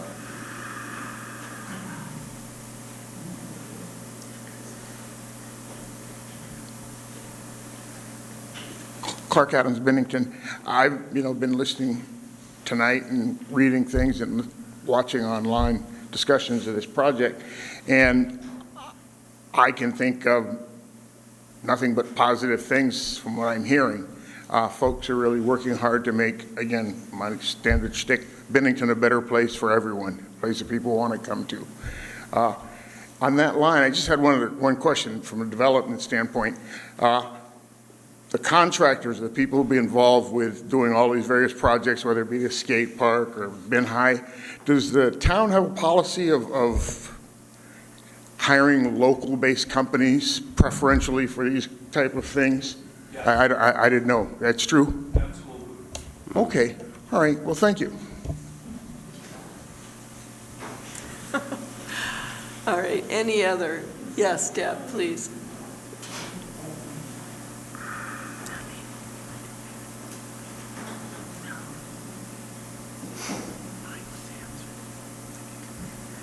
One of my big concerns is the air quality. The weekend you had the open house, I went over, and the second you open the door, you can smell it. I don't know how long it's been that way, but I have had several conversations with a woman that used to teach there when it was still a school. and she said it stunk then, it was musty and damp. And what if, when you do your test, you find something? I mean, I can smell it, and I'm not the only one that can smell it. So I just don't know where that's going and when and why the air test hasn't already been done, because you got programs in there, and I didn't realize that it's already been a whole year. Dan, do you want to speak to that? Sure, I didn't know if there's any other questions. Oh, okay. Was that your only question? No, or was that, and okay, go ahead. As it's already been mentioned, I don't feel there's anywhere near enough parking. I mean, even to start out now without the apartments, just, you know, the people that work there and the people that would be coming in, I really think parking is going to be a big issue. And we've had meetings since the meeting Friday, some of us talking together, and we even discussed it, buying the little white house on the corner and tearing it down, but that wouldn't give a lot. I think Pete Cross owns it. That wouldn't give a lot more parking either. I mean, it's where we're at, there's parking lots, and I'm fortunate enough that I can get around where some people can't. So I'm willing to park farther away so somebody can park closer. And another concern I have is the current senior building. I have only been going there part-time until last June, and I'm curious as to what major repairs have been done to the building besides the roof last year, which was not the whole complete roof. The little section there, there's pieces of slate falling off that into the flower garden. And I don't understand, to be honest with you, I didn't look at the other little piece of roof to see if that one had been done. But the windows, the boards are falling off the window frames outside. And I don't know of any other, like I said, I don't know the history there, but I don't know what repairs have been done. And I'm wondering if the buildings are properly being maintained. All right. Any other questions? No. Okay, so Dan, why don't you start, and then Stu will finish up with you. Yes? First one was air quality. Yeah. So one thing that, obviously we're going to be completely renovating the building, but one thing that's definitely going to happen is that because of the new energy code, which you folks know about, it's going to get a completely new envelope. So it'll be completely sealed, and we'll be putting in a brand new HVAC system, which will have fresh air systems, which will create fresh air every whatever the requirement is by the state and federal standards. So the air quality inside that building will be better than almost any building in the town once we're finished with it, because it will meet current standards and it'll have brand new systems in it. So air quality, it's just not going to be an issue. It's going to be dealt with, and we'll be doing the testing to know what our baseline is so that we know how much ventilation we have to do, if any. We'll have to do the minimum, but we may do more if we have to, and that's fine. So air quality should not be an issue at all. Parking, I think it's worth remembering. Some of us can remember, most of us remember that used to be a middle school with lots and lots of teachers, lots and lots of staff, and lots and lots of kids coming in and out of there. And it wasn't a catastrophic parking situation then, and it won't be a big situation now, because there's just no way we're going to have that level of activity all at once. And frankly, if we do, awesome, we'll figure that out, because that would be great if that's the level, if we are actually exceeding the level of vibrancy in that building that we had when we had all of our kids going there from the SVSU. So parking's really not going to be an issue, and if it is, we'll be happy to deal with that issue.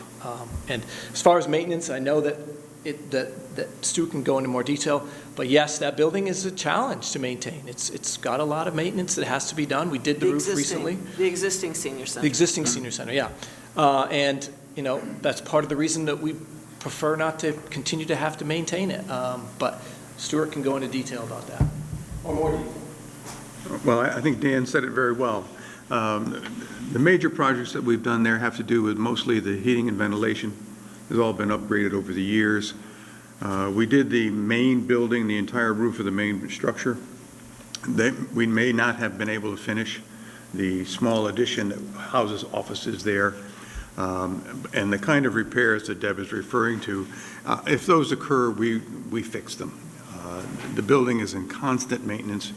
People must remember it was a barn that sat near the Walloomsac River behind the old grist mill, which is now the Bank of Bennington stone building, and was relocated to made into a senior center back in the 70s, early 80s perhaps. So it is a challenge to maintain it. I think we do a great job on the inside, but the outside is constant. And it's always requiring painting. It's always requiring some sort of repair. It's what old buildings are. Okay, all right. Other questions? All right. Then I'd love to entertain a motion to approve this lease and purchase agreement. Second. Great. All those in favor, please say aye. Aye. Any opposed? Any abstentions? Thank you.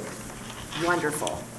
All right, and so now on to the very, very, very patient people that are here for the Community Policing Advisory and Review Board discussion.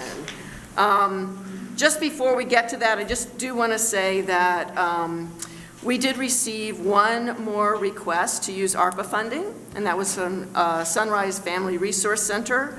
They're requesting $5,000 per year for 3 years to fill a small gap in funding for a navigator program that they've been awarded along with their Rutland counterparts. And the total amount that the Sunrise project has needs is $85,000 for 3 years, and what they're requesting from us is $5,000 of that. They found they're bringing the rest of it to it. So the Economic Development Infrastructure Committee will take this up, and as you recall, the Select Board has Jean, Gary, and me as the Select Board representatives to that, and then we'll come back with more information at the next meeting. Okay? So just so everybody's aware of that. All right, so CPARB. All right, so what are we doing here? So what is up next is a draft of a consensus document in the form of a resolution that the Community Policing Work Group has put together. And this is really looking at all of the different kinds of comments that have come in from the public, from the police department, from town staff, from town council, and actually from a conversation that Jean and Bruce have had with the AG's office. And so we wanted to have time tonight to entertain any questions and comments from the board and then from the audience on this resolution. We also have some questions from the Bennington Police Department, which I do want to share with us tonight. So as we're thinking about the resolution, we have those in mind. And also 2 additional things. So first, as a community policing group, Bruce, Jean, and I recognize the need for a companion document that will look at the complaint process with fresh eyes. Bruce and Jean were able to talk with Julio Thompson, who heads the Civil Rights Division of the AG's office, and he provided some excellent resources on the complaint process, and Bruce is following up on those resources and also meeting with the Bennington Police Department. And something that just want to draw your attention to, you'll note that in the resolution, there is no distinction between formal and informal complaint. That was a clear takeaway from speaking with with Julio Thompson in the AG's office. So that's one thing. So the second thing is that Mr. Thompson was also clear that the state is not at this time preparing training materials for review boards. Therefore, we want to ask this board to authorize the Community Policing Working Group to explore working with Brian Corr to develop training for the CPARB in conjunction with working with the Bennington Police Department.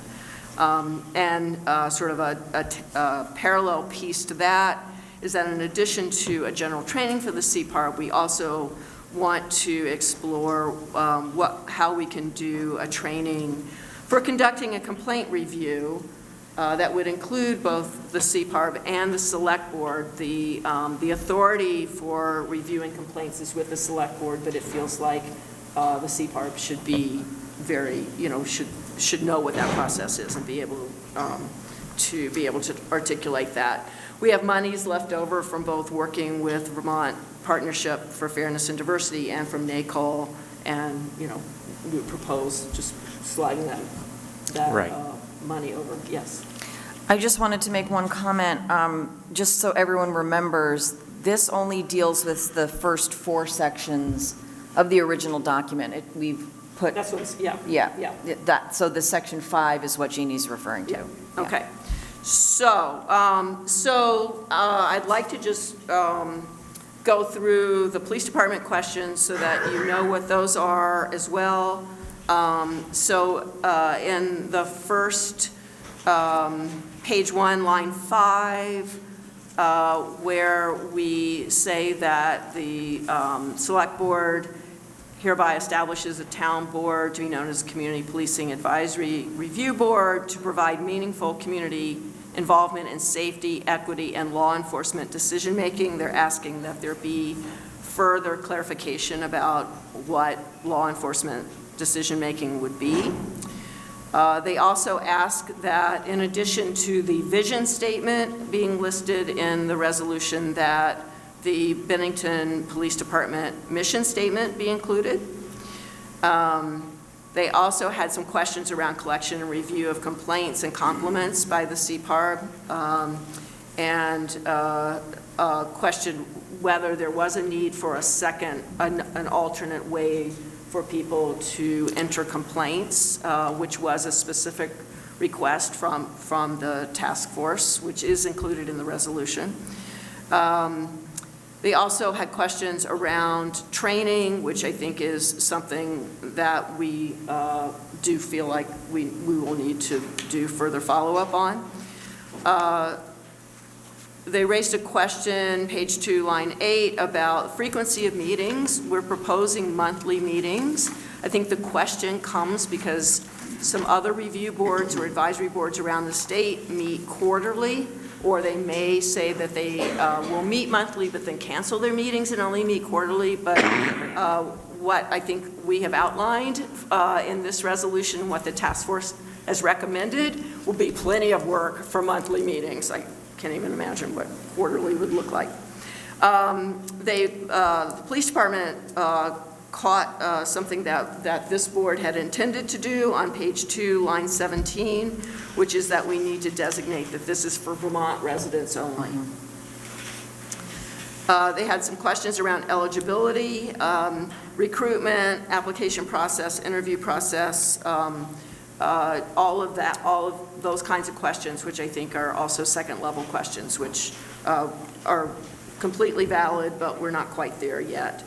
And then last question was whether we would accept anonymous compliments in addition to anonymous complaints.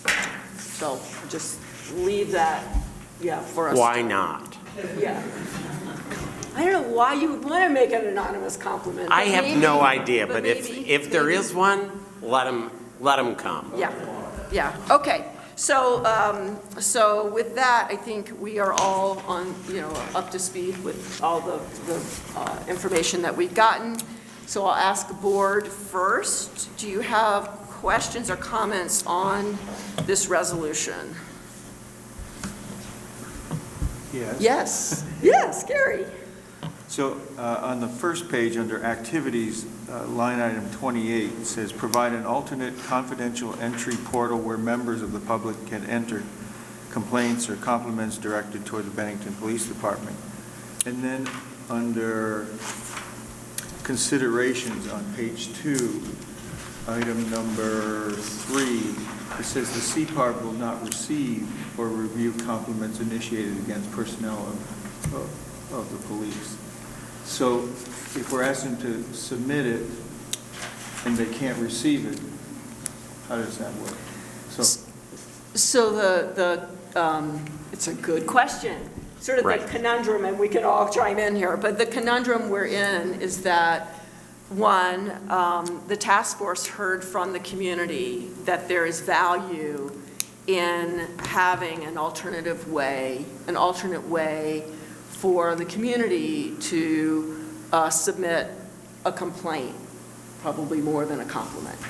And so what we have proposed in this resolution is having some way for CPARB members to be trained so they could help an individual file a complaint, whether that's in the same portal that the police are already use, whether it's just going in and helping them fill out a form if they don't want to go into the police department themselves, or whether that's, which I guess is what I was thinking, but I've also heard another view, which was that there could be a second portal. So I think, again, we don't know that level of specificity, but so they would be helping someone else fill out a complaint. What they cannot do is receive the individual complaints, but they can receive general data. So they could receive that that someone has filed a complaint about X, but we cannot send them the actual complaints for privacy reasons. So, yeah, so what we're trying to do under activities is that they could assist an individual in filing a complaint, but then we also have the other end of it where they cannot specifically receive a complaint. Obviously, if they help someone file a complaint, they would be aware of that one complaint. So if I may add Please. to that, and hopefully not add to the lack of clarity, part of that will be coming in this next document about how to file a complaint. But I do think I think personally that the task force got it absolutely correctly, that alternative ways of entering a complaint or a compliment, I think, are essential given any community and ours. What we have now discovered is that currently under current Vermont law, nobody other than the select board are allowed to do the civilian review of that complaint resolution. So that's where we stand. So look forward to, I could put it that way, some work that I am working on with, I'm hoping to meet with the chief or with the lieutenant, with Cam sometime this week to go through a variety of possibilities for how that will work and that will seamlessly work with our current system and make multiple pathways in. So the board could help someone file a complaint, but Sure. not receive the complaint themselves? Not officially receive it because they are not entitled to know that information. It's a peculiarity right now in what appears to be the way in which Vermont has said, yes, we'd like civilian review, we just haven't enabled it, other than the civilian review of the 7 of us. And that, to me, is not a long-term tenable solution, Gary. But it's where we happen to reside. Jean. Yeah, I think where Gary's struggling, and I think it's where we're all struggling a little bit, is if you assist someone in filing a complaint, you know about the complaint, but you're not reviewing it or receiving it. So you do have knowledge of it because you would have no choice but to have knowledge of it. But that's as far as it goes at this point. Mm-hmm. But I agree with you. It's difficult. It's a little messier than we anticipated. It wouldn't have been my first choice for how to do this. But, I mean, I think there is a distinction to be made between assisting someone to fill out a complaint and submitting it through a couple of routes, I could see, and officially receiving the complaint in order to then continue the investigation and do the resolution that still resides with the police department. So there is that distinction. Helping someone find out where that form is. Even helping them fill it out. So helping someone, so the companion document on filing a complaint will also have to look at how are the timelines determined so that if someone files a complaint and wants to follow up and know where it is in process, sort of what is that process. So I think that is that companion document we're talking about. Mm-hmm. And let me just add, part of the training will deal with confidentiality, which would be in play if someone was helping someone fill out a complaint. You know, they're not going to be reviewing it or receiving it officially, so it needs to remain confidential. And in fact, I could imagine if a scenario where a member of CPARB assists someone to fill out a complaint and submit it, they will know details of that particular complaint, but they will not be allowed to share those details with the rest of the board. That's not, I mean, and that's, you know, people, we work with confidentiality. A number of those on the task force know what that confidentiality looks like. You know, in my careers, I had to deal with it. I think it's possible to have that work. It'll be interesting to see what that second piece is. There you go. Won't it though? Yes. Okay. Other questions that you have, Gary? Well, I had another comment on, under definitions, under line item 27. I'll just read this. It says a complaint, definition of a complaint. A complaint document when a person witnesses or experiences a personal encounter with the Bennington Police Department personnel that involves criminal conduct, misconduct, abusive or discriminatory behavior, neglect of duty, on and on. I think that should have inserted before, after that on line 27 and before involved, it says they believe, because it's something that someone believes is that they're filing a complaint for. It's wrong. Mm-hmm. And then I think the complement piece has the similar language that it should be they believe. Okay, that's a good That's point. good. Good point, good, okay. All right. Maybe they is not the right word, I'm not sure. Yeah, no, okay, that's a good point. While we're there, do we want to add anonymous compliments are accepted? Sure. Okay, we'll do. Other questions? Sure. Yes. So I guess, you know, Gary brings up that point, and that's still kind of clear as mud to me. So I just wondering if the entirety of this document is going to be reviewed by the town council. Yes, so the Yes, next okay. step, after we complete tonight, if we approve this document in concept, then where it goes next is back to town council, Okay. as well as final review by the police department, final review by the town manager, assistant town manager. And it's not just questions, it's the entirety, right? It's the entirety. Okay, thank you. Yeah, the entirety.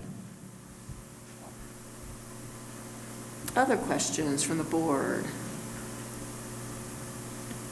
Just when it goes back, town council will look at that wording of receiving and help us understand what that means. Sure. Yeah, and I think the hope is that we will have some kind of draft of the complaint process for Meryl to look at as well, because obviously she's going to need to weigh in on that, comment on it. So if we can give it to her, yeah, I mean, I think before April 11th, we probably, Oh, yeah. we can probably do that. That's our next meeting, so. Yeah. So we've got a little bit of time.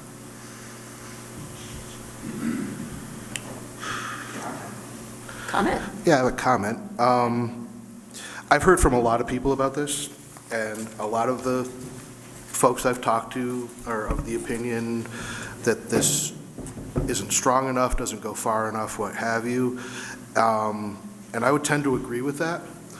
But I think it's the best we're going to get right now under state law. I think we could do work as citizens to try to change that. But what we have now is a really bizarre situation in the way this legislation is written. It just makes no sense to me that one law recommends a civilian review board, but another one says we can't appoint one. So you're specifically talking about who does is Section 5? Yeah, Section 5, it Yeah. needs to be, I mean, Yeah. these folks put a lot of work into this, and I feel for them. And, you know, but I think any step forward toward reform is a good step. I just don't think the community, I just don't want the community to think that this is it. You know, that we're necessarily done with this, because it says right in here that we are going to review this periodically as necessary. And so I think there is more work to be done, but I think this is the best we're going to do now. And I'm not terribly happy about that, but it's where we are, Yeah. I think. Jeannie? Sure. Yeah, let me say two things. I think, Tom, you're correct. This isn't as far a step as I would have liked to have taken, clearly. I don't think if I was a member of the task force, this was the step that they were hoping for, and I apologize for that. I will say so it's, yes, this is a step, but for me, it's not the last step. I'm not there yet, but if I ever will be. But there are some things that any of us who are concerned about this can do in either direction.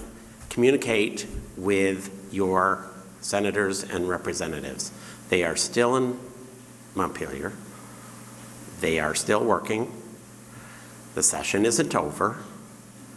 You may communicate your concerns to them. Might I direct your particular attention to the chair of the Senate Judiciary Committee, Dick Sears. Because if anybody can make head nor tails out of what the legislature has so far done, and hopefully not, I'll just say, it should be him and his committee, and it would be the whole committee. So those are my suggestions. And Dick is aware of this. We forwarded all the communications we received from Merrill to actually the whole legislative team that has been working on this. Right. So, okay. So, thank you. Are there any more questions from the board? Can we move to the community? All right. Any comments, questions from the community on this? Yes. Of course. Of course. You said it. It's good. It's good. Again, Clark Adams, Bennington. Well, you know, I was looking through this draft, and I had a couple of things that kept popping in mind. As part of our previous work, one of the things we reviewed was the Bennington Police Department's policies dealing with investigations, complaints, whatever. Mm-hmm. And within their own policy, the restriction on receiving a complaint is restricted to supervisory personnel only. And I think some of the things in here, maybe folks need to look back at other community policies that are going to have an impact on implementation. One of the things we spoke about repeatedly in our committee was the guy who calls up and we don't know if he's complaining or just venting his spleen. So this thing about taking phone calls as a form of complaints. I'd be concerned about that for a couple of reasons. Did the guy really complain, or was he just calling up, venting? And the accuracy. You know, somebody called me, and most of these complaints are given in a very rational, calm manner. A lot of stuff is thrown out. So the accuracy that the police department would need to proceed appropriately is highly questionable. So, you know, the idea of saying someone can call up and make a complaint, maybe we need to ensure there is a supervisor available and who has a complaint line and can say this is being recorded or whatever for accuracy purposes. But that was my concern when I see on here about taking phone calls as part of the complaint process. Another thing that continuously pops to mind with me is this Sea Park. And I thought the rest of my committee felt this way, that this was going to be an investigation or complaint is filed and an investigation is initiated. When that investigation is completed, the completed investigation was forwarded to CPARB for concurrence or non-concurrence. So they look and see, we can't accept this for these reasons. And I just don't see where that's. And Clark, if I might respond. Absolutely. On the latter part, that's precisely the issue that we were just talking about. Right. That's unfortunately, and it was a surprise to me because I was reading one part of the statute that says there can be civilian review of complaints. In fact, it's encouraged. Unfortunately, another part of the statute, of the Vermont statute says that the select board may not delegate that authority to somebody other than themselves. It wasn't helpful to hear that. So you're right. Right now, the only folks who are authorized to do just what you said we were all hoping the CPARB would do, the only group that can do that right now is the select board. Right. I understand that. And so that's why that's not there. Right. I think some of the things I'm trying to put forward is a sense of the community, the average guy hearing what's going on. Yep. Because I think what the average person is going to look and say, aha, you know, they did it to us again. You know, they waved this flag here while they were passing something under the table. So in the whole process, you know, one of the things that I've always felt very important, you know, we're all about open government, but I believe in like plain language, no ambiguity, you know, it's like talking like the guy on the bar stool next to you understands exactly what you're saying instead of waving Vermont statutes and policies, because people's eyes glass over and they go, they're doing it to us again. And I think that's the most important part about this entire CPARB thing, the idea that the average person knows that the town of Bennington will not accept misconduct, and all misconduct will be fairly and appropriately investigated and acted upon. And, you know, I know we're all trapped by the law, and I just see that those are all areas that just keep muddy in the water. And I don't have an easy answer, but I think it's real important we communicate to the public in plain language that we see a problem, it's not a problem of our making, and maybe it's not one we can even solve. But the most important part of this whole process is the people have to understand that collectively, the town of Bennington, as represented by yourselves, want to make things right and move ahead. And our committee, that's although we had divergent views on how to get there, we all had the same destination. And, you know, again, as I said, some of the things I've looked at reading other policies, you know, our hands are tied. We can't even, you know, wave for help because our hands are tied. So Clark, I do want to go back. Your first question of who receives complaints, that doesn't change. We're talking, so when the supervisor has to receive the complaint, that's talking about once a complaint is submitted or a compliment is submitted, who receives that. And so the intent, the task force's intent was not to change that either. I think the second piece to that is once the complaint is entered, then who gets to see it? And so what we are working on in this companion piece on complaint is what is the mechanism that the task force isn't going to get the names, but they may be getting resident X made a complaint against Officer Y, and so that without knowing, that it's Jeannie Jenkins, that you will be able to see that Officer Y is getting a lot of similar complaints. So the idea is that even though you cannot do that level of review that we all initially thought you were going to be able to do, what you will be able to do is pull the data so that you can see what the trends are, and you can ask those questions about why do we do things the way we do, or it looks like we're doing things the way we want to do them, or whatever that outcome is. But I wanted to be clear about that, and I think the venting and accuracy goes back to the question that Gary just raised, and the language that we will add to a perceived complaint, as opposed to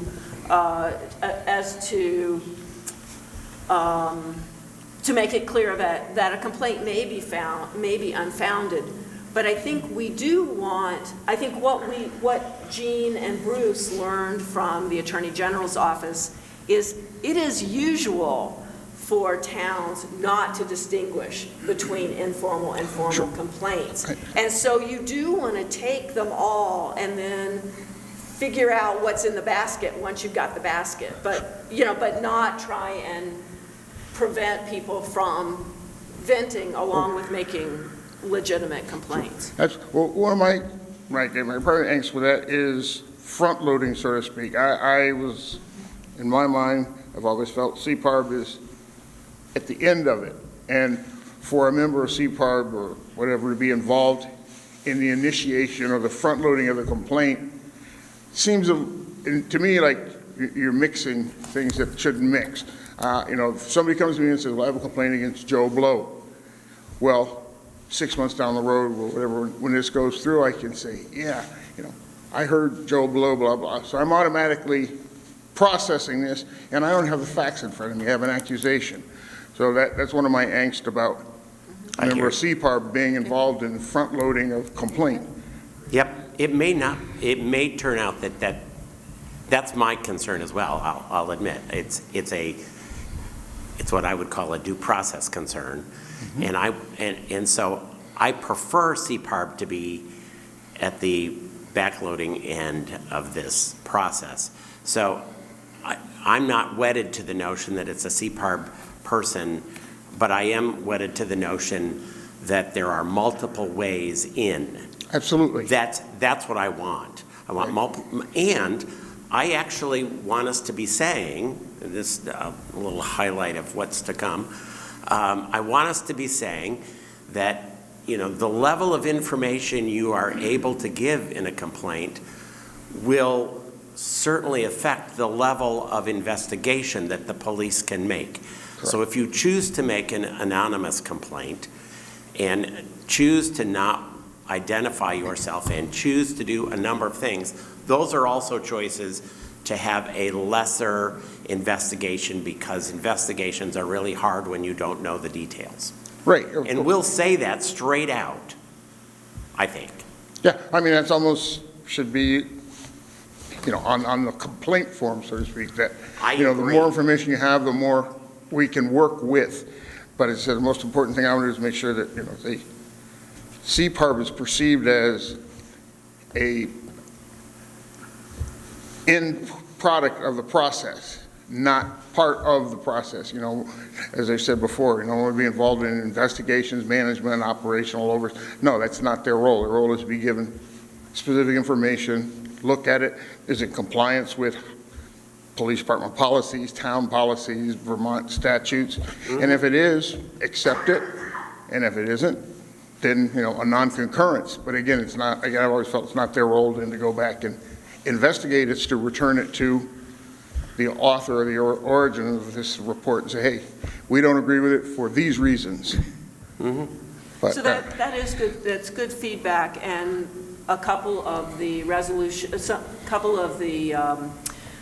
police sites that we were given to look at don't offer an alternative to the police. They offer a number of ways, including an officer coming to your house if you don't want to go to the police station, but they don't offer, anything other than sort of the standard police, so as the way to do this. So, so that may be, we may need to revise that. What we're trying to do is both be, to broaden out the ways that a person might be able to engage without making it that you can go to, 14 places. Any old place, right. And, and fill out a form with whomever. So it's trying to make that balance. So your point's very well taken. Right. Thank you.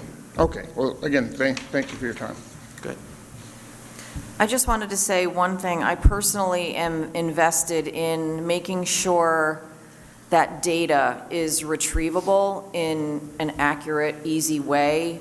I work in a database as a big part of my job, and it's great if you have the information, but if you can't retrieve it, it's really worthless. So I'm really hoping that, I don't know how it will all flush out, but making sure that data can be quantified, qualified, and is accurate is really, really important. I agree. Anyone else? April, I'm sort of looking at you. Yes, please. One of the co-chairs of task force. So I'm April Dunham. I'm a resident of Bennington. Also was one of the co-chairs of the task force. So one of the things I'd like to say is I think this is a step positively in the right direction. However, I think there is, because of the regulations and statutes, a lot more we could do. So I'd encourage anyone that's watching. It sounds like Dick Sears would be the best person to reach out to. I was hoping we could go a little bit further. It sounds like it may be baby steps, but I hope, as the CPARB gets seated, as it goes through, we'll see that progress come through, especially if people are reaching out for the statutes and regulations and saying, hey, these don't really make sense. You're telling us to do one thing, but then there's limitations saying that we can't. We need to be on a better level playing field. Mm-hmm. For the complaint process, as you guys get into that, I think Clark had a lot of great points. My other thought is when we come into complaints, I'm glad to see that we're taking all complaints into consideration. A couple of people I spoke to thought they made formal complaints, but apparently didn't make formal complaints because they didn't actually have something in writing. So it was really, really confusing. They didn't get feedback. And I think that, really put a bad taste in their mouth with our police department. Just because maybe they didn't understand the process or it wasn't well outlined, and there is some vagueness in that. So I'd be happy to see it all taken into consideration. As for the complaints, like having to review them, at this point, I think it is what it is with the statutes and regulations. But I'm happy to see that at least if they could see, resident X was, interacted with Officer Y and have that feedback, at least they could look at it in that terms, it would be useful. If I was reviewing it, I'd kind of like to have an outline and figure out the whole situation of what happened, rather than any, vague, this may, stop happened, there was a verbal exchange, is not going to tell me a lot about exactly what happened. So I think the more detail, while keeping that as anonymous as possible, I know it's going to be really hard, especially when it comes to who's going to take the complaints.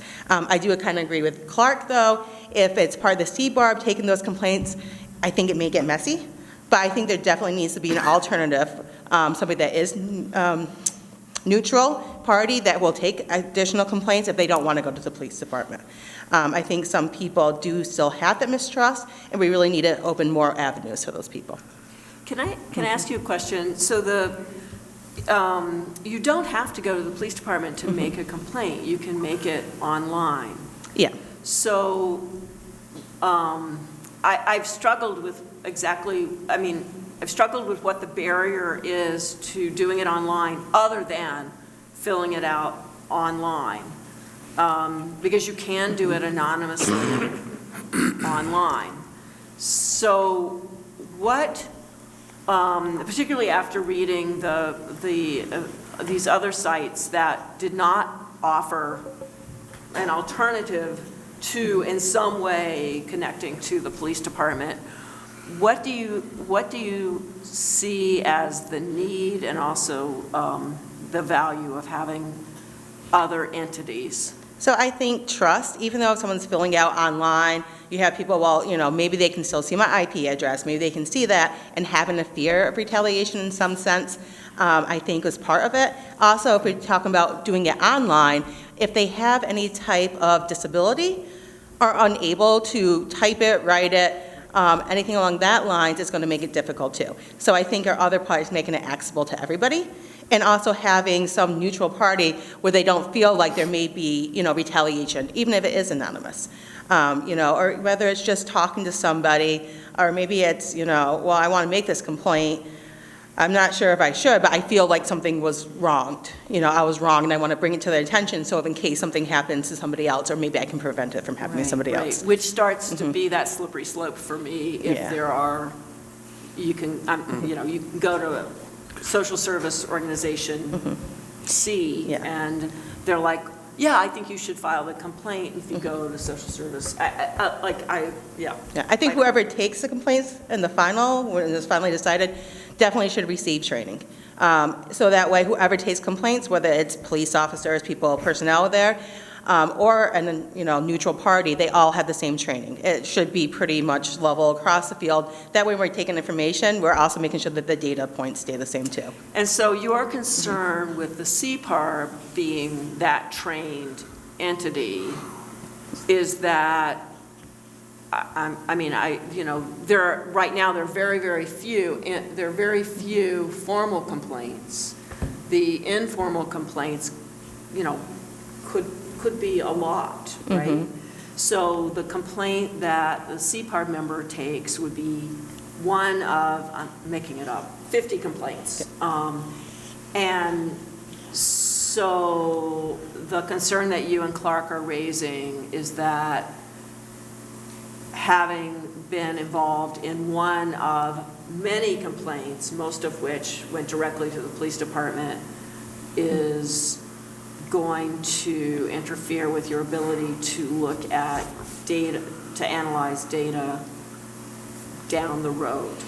I would hope that the people on the CPARB would be able to differentiate between the two, but it's human biased, unfortunately, and I think it could get messy.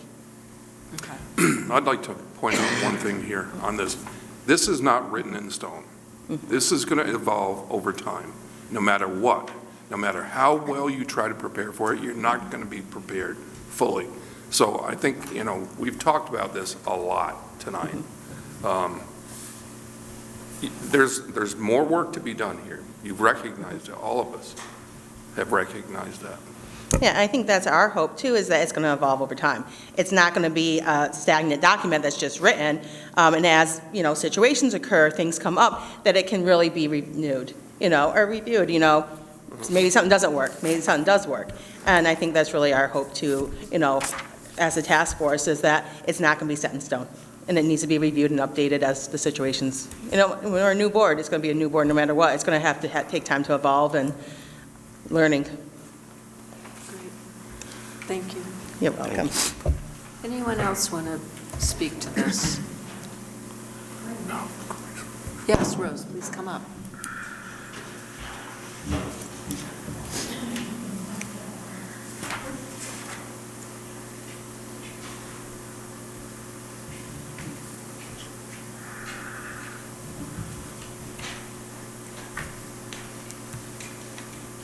I'm Rose Telford, and I live in North Bennington. I have a question and I guess a comment. Why did this task force, why did this start? One of the recommendations from the assessment that the IACP conducted in 2020 was that we look at some form of a review board to help build increased trust and transparency in the community. And the select board felt that that was a recommendation that we wanted to follow up on. And we did a lot of work before that in both identifying, developing a town vision, which was a community process, and a police department mission. And we did a lot of research, and we've had Yes, 14 policies that have been reviewed from the police department, and the natural next step was to look at what a review board could look like, and we had 10 wonderful Bennington residents step up to work on that process, and these were their recommendations, and so we are now considering them. Number one, I think the police do a good job. I don't think it's a good idea for somebody that's not a policeman to second guess what they say or do. It could be dangerous for them. I actually think it's a waste of money. I mean, they know their jobs, so why do we have to tell them do this and do that or say certain words? I said, you know, that's totally ridiculous. I've always been told, and I suppose everybody in this room has, you're taught to treat people and the police, you know, with respect. I don't even see that a lot from people. I don't know who, I wouldn't name names anyway.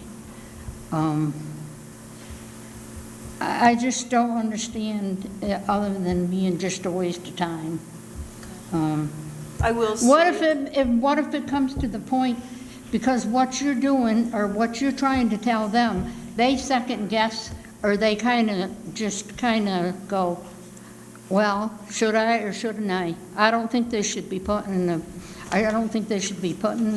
place like that. You know, everybody's not going to be happy with the cops. Hey, big deal, I got a couple tickets. It's, you know, you suck it up and you pay it and hope you don't do it again. thanks, Rose. I will say that this select board and town staff truly, truly appreciate our Bennington Police Department. They have been a partner in this. They have been absolutely essential every step of the way. The task force reiterated over and over again their respect for our police department. What we are looking at is policing as it evolves over time. And so we are looking to fulfill our town vision. And part of that is the community policing effort that we're undertaking right now. All right?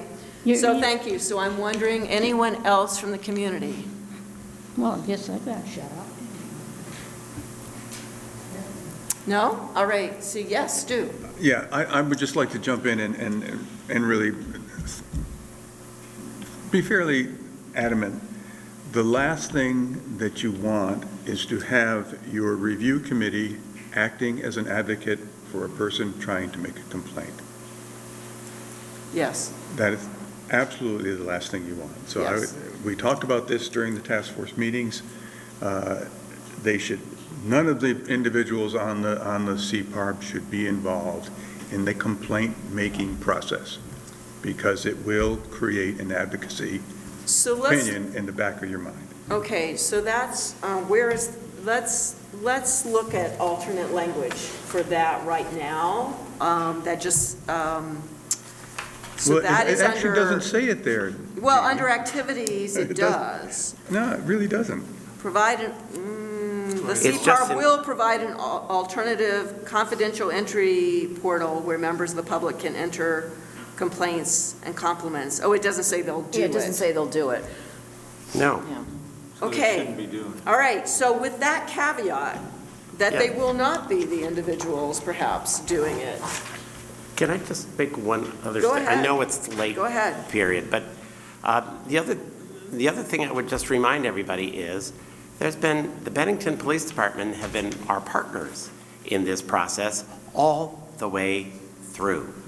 At every single policy meeting, Dan was there, participating. Dan Ferrara was there, participating, giving information, being extremely helpful.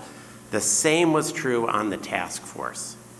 So the Bennington Police Department are not strangers to this process.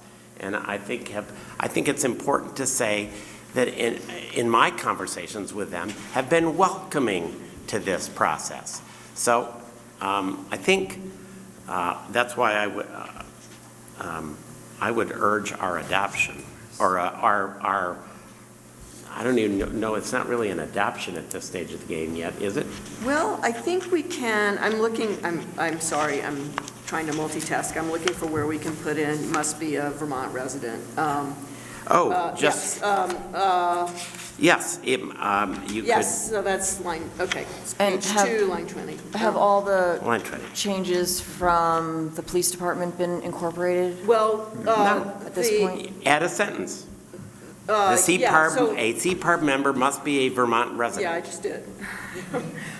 Okay, so Easy. so let's go through and the things that we will define. So the first question that the police department raised was defining law enforcement decision-making, which was an addition from our original Safety and Equity Task Force charge. Safety, equity, and Community policing. community involvement in safety, I wonder if they could equity. offer a suggestion. Well, we want to do this right. We do? I mean, I'm going to urge us that we don't try to Yeah, me too. wordsmith this I'm not, at yeah. me quarter of 9. That we adopt it in principle with Well, we the are adopting in principle, but I want to change as much of it as we can so that we have, so what we know is on line 5, we want to be more specific about law Yes. enforcement decisions. I'd like us to have a conversation with the chief about that.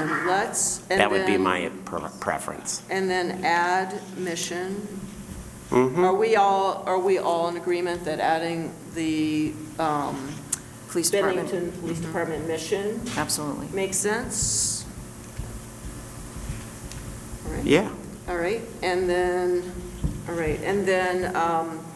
the only other things, we are keeping it at monthly meetings, and we have added Vermont resident, and we have on page 3, we have added the language of That they believe. they believe involves criminal conduct, and they believe goes above and beyond expectations. Mhm. And we've also added anonymous compliments are accepted. Yeah. So in concept, I think this looks like what we want with the addition of language in line 5 on page 1. Yes. So we could, after review by the town attorney, we can come back with any changes we need to make and fully Yeah. adopt it then. Yeah, but let's adopt it, In I would principle. love a motion to adopt it in principle. Second. Okay, all right. Any more discussion from the board? Yes, so if we adopt this tonight and then send it back to town council, and then we have another discussion, we're going to have to send it back to town council, We're just correct? adopting it in principle. We're not adopting. So what I would hope is that we adopt this in principle, it goes out for one last review, police department, Town council. town manager and assistant town manager, and town council, and that what comes back with maybe a word or two change is the thing we'll adopt. Okay? And so that will not need to go back out unless we change something other than the. Right. So this is not final. So this is not Right, I final, this is understand that. conceptual. I'm just thinking if Yep. we change some things, we might have to send it back to Well, town we council. might, but which, I'm you know, hoping it's at kind of that point, we won't be back and forth doing a lot. any big thing. No. Yeah, hopefully not. Right, Will- okay, but I want to avoid that as much as Continue possible. this, but, will we have language at that point that talks about how someone helps somebody file a complaint? Hopefully so. Yes, if we're talking about the That is our plan, is 11th. to have, I mean, hey, we turned this around pretty fast. We can do it, yes. That our intention is Because to what have. I the hear is complaint that the provide an alternate confidential entry portal is something that the CPARB won't actually be reviewing, will not be taking that testimony or whatever from somebody who's complaining. Oh, absolutely not, right. From somebody Right. who's complaining, it's helping them get to that portal and If that, they just might provide that there is one, that somebody else, I'm with Stuart on this. I think it's highly problematic to allow that CPARB to do this. So I'm ready to vote.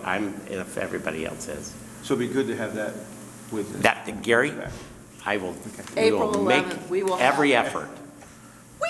We are a hardworking team. I know. Okay. You guys did a great job with this. Okay, all right, so any other discussion? Are we ready to vote? We are not in the community discussion anymore. I think we are at the board. We've already got a motion on the table. So, any other discussion by the board? Do we have a Motion on the second? table, I'll second that. Okey-doke. Then all in favor, please say aye. Aye. Aye. Any opposed? Please say no. Any abstentions? Thank you. Excellent. That was a really good discussion. It was very, very good. Yep. Very, very good. Yep. Thank you all. All right, and there's still more. All right, Town Vision is up next. I have no idea where okay. So implementing the Town Vision. We have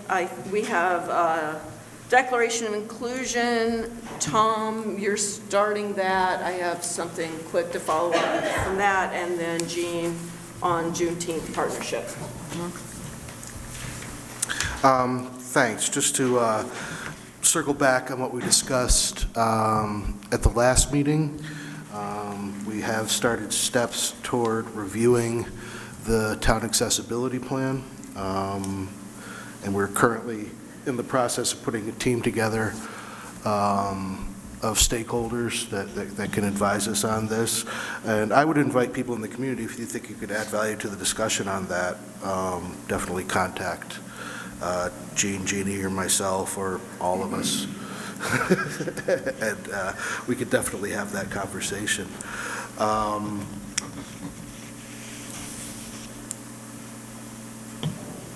Did we have, what's that? I think that was the main thing. So we are moving forward. We have a copy of the ADA plan. I think Jonah has followed up with Ted Brady from the Vermont League of Cities and Towns to see if they have any materials that would be helpful. And as Tom said, he's putting together a team to help review this. Help review the accessibility plan, yes. Yeah. Okay, all right. And I just wanted to add that one of the community items was specifically looking at hiring, retention, and support for a diverse workforce. And this was originally brought up by the SVSU equity coordinator or equity group. And there is now a specific strand at the Southern Vermont Economic Summit looking at this. The summit is on May 12th. It'll be at Mount Snow, and I think this is really important because it'll be Bennington County and Windham County looking at how we make sure that as we invite people to come to our community, that we to this community, that we're providing the supports to keep them here. So that's really exciting. Yeah, Jonathan Phipps, who is the SVSU Equity Coordinator, is collaborating with many groups in our region to celebrate Juneteenth this year. It's scheduled for June 18th at Mount Anthony Union Middle School. He sent a lovely email, and I've just highlighted the most important points. So the SVSU has applied for and was approved for a sizable grant from the state of Vermont to perform this task. It's a collaborative event that would involve a multitude of relevant institutions across southern Vermont.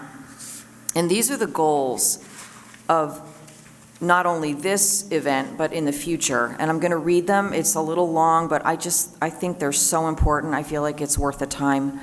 So the first goal is to provide a community building and affirming experience for the Black community in southern Vermont. Number 2, provide a space to educate and express Black culture and history to others in southern Vermont. And number 3, provide an initial collaborative effort to create a working relationship between institutions and organizations across southern Vermont who all share a firm belief of the importance of Black culture and history.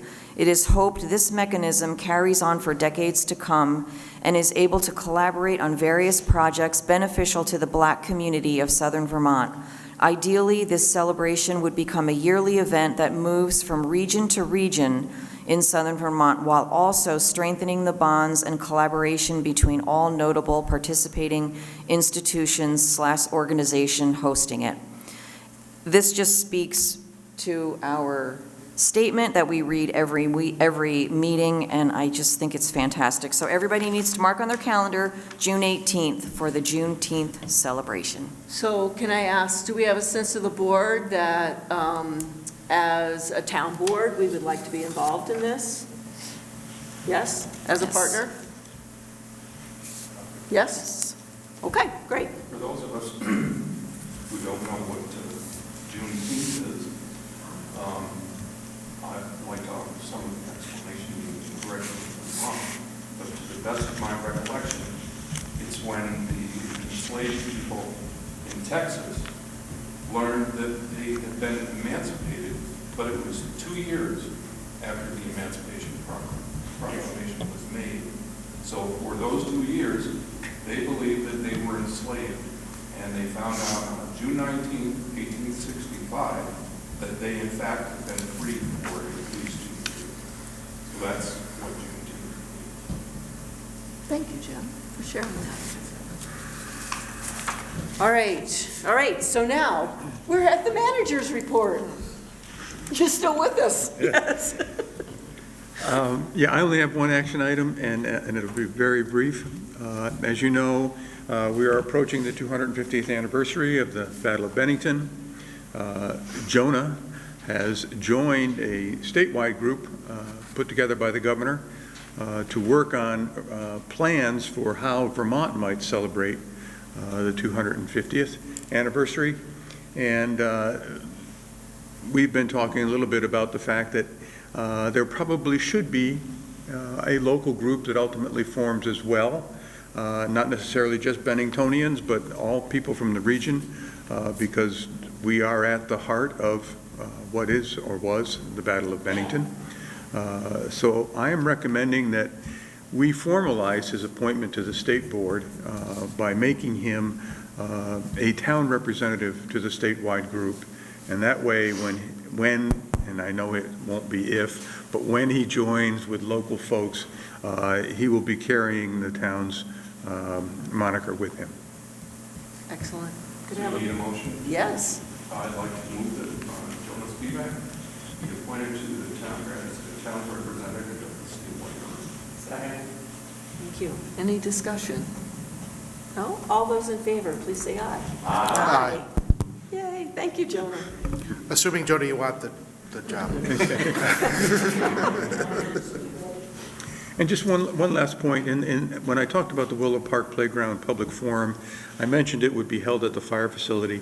It is in fact being planned for the Mount Anthony Union High School. They're going to use the large auditorium there so that they really reach the youth population and parents of the community. Great. So is that, do we know the date? We don't know the date yet, or do we? There you go. Okay. Tax day. April 15th, and that is a community-wide? Why are we the only ones that know? Here, public forum, yeah. Perfect.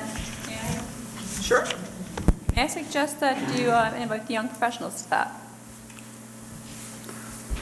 May I suggest you invite young professionals to that as well?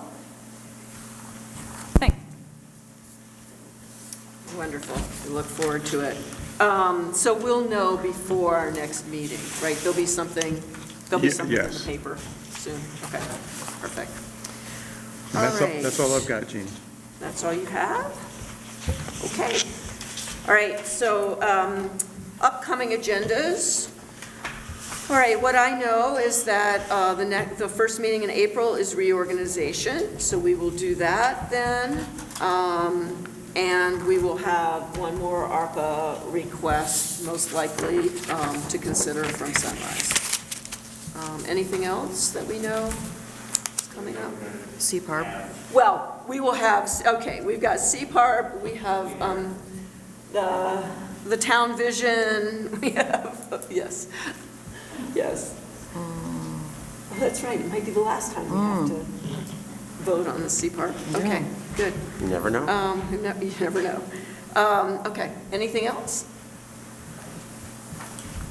No, okay, then last is other business. Gary, any other business for you?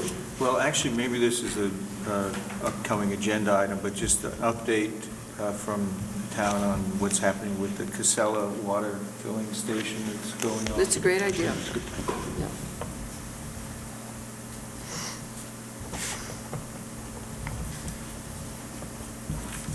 Yeah, that would be very welcome. Okay. All right, so we'll put that on the next agenda. How about you, Tom? Jim?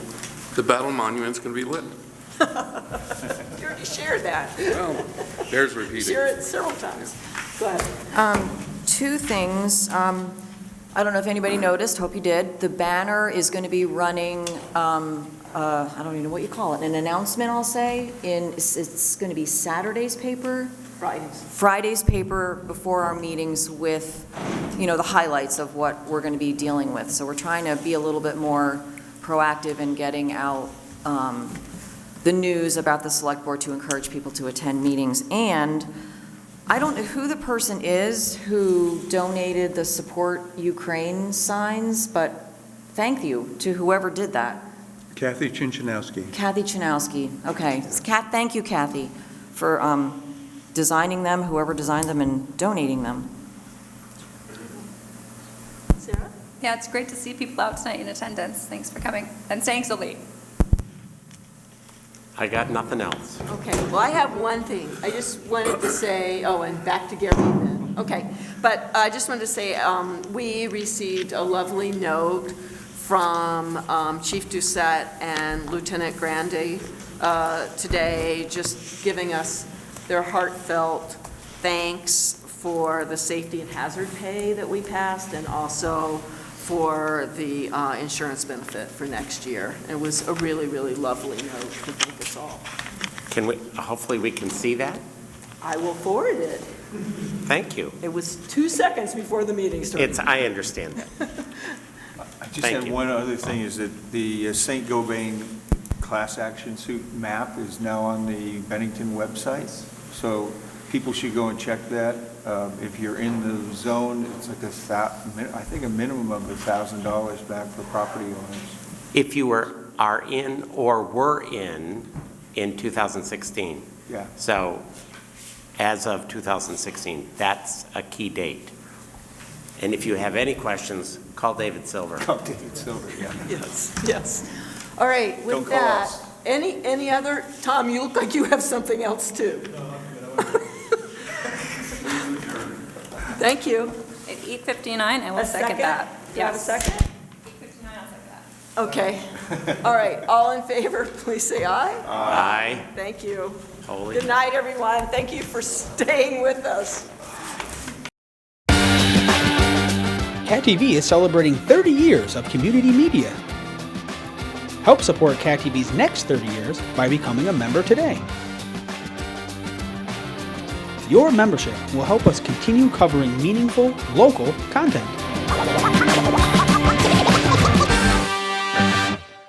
Thank you for supporting your local community media station.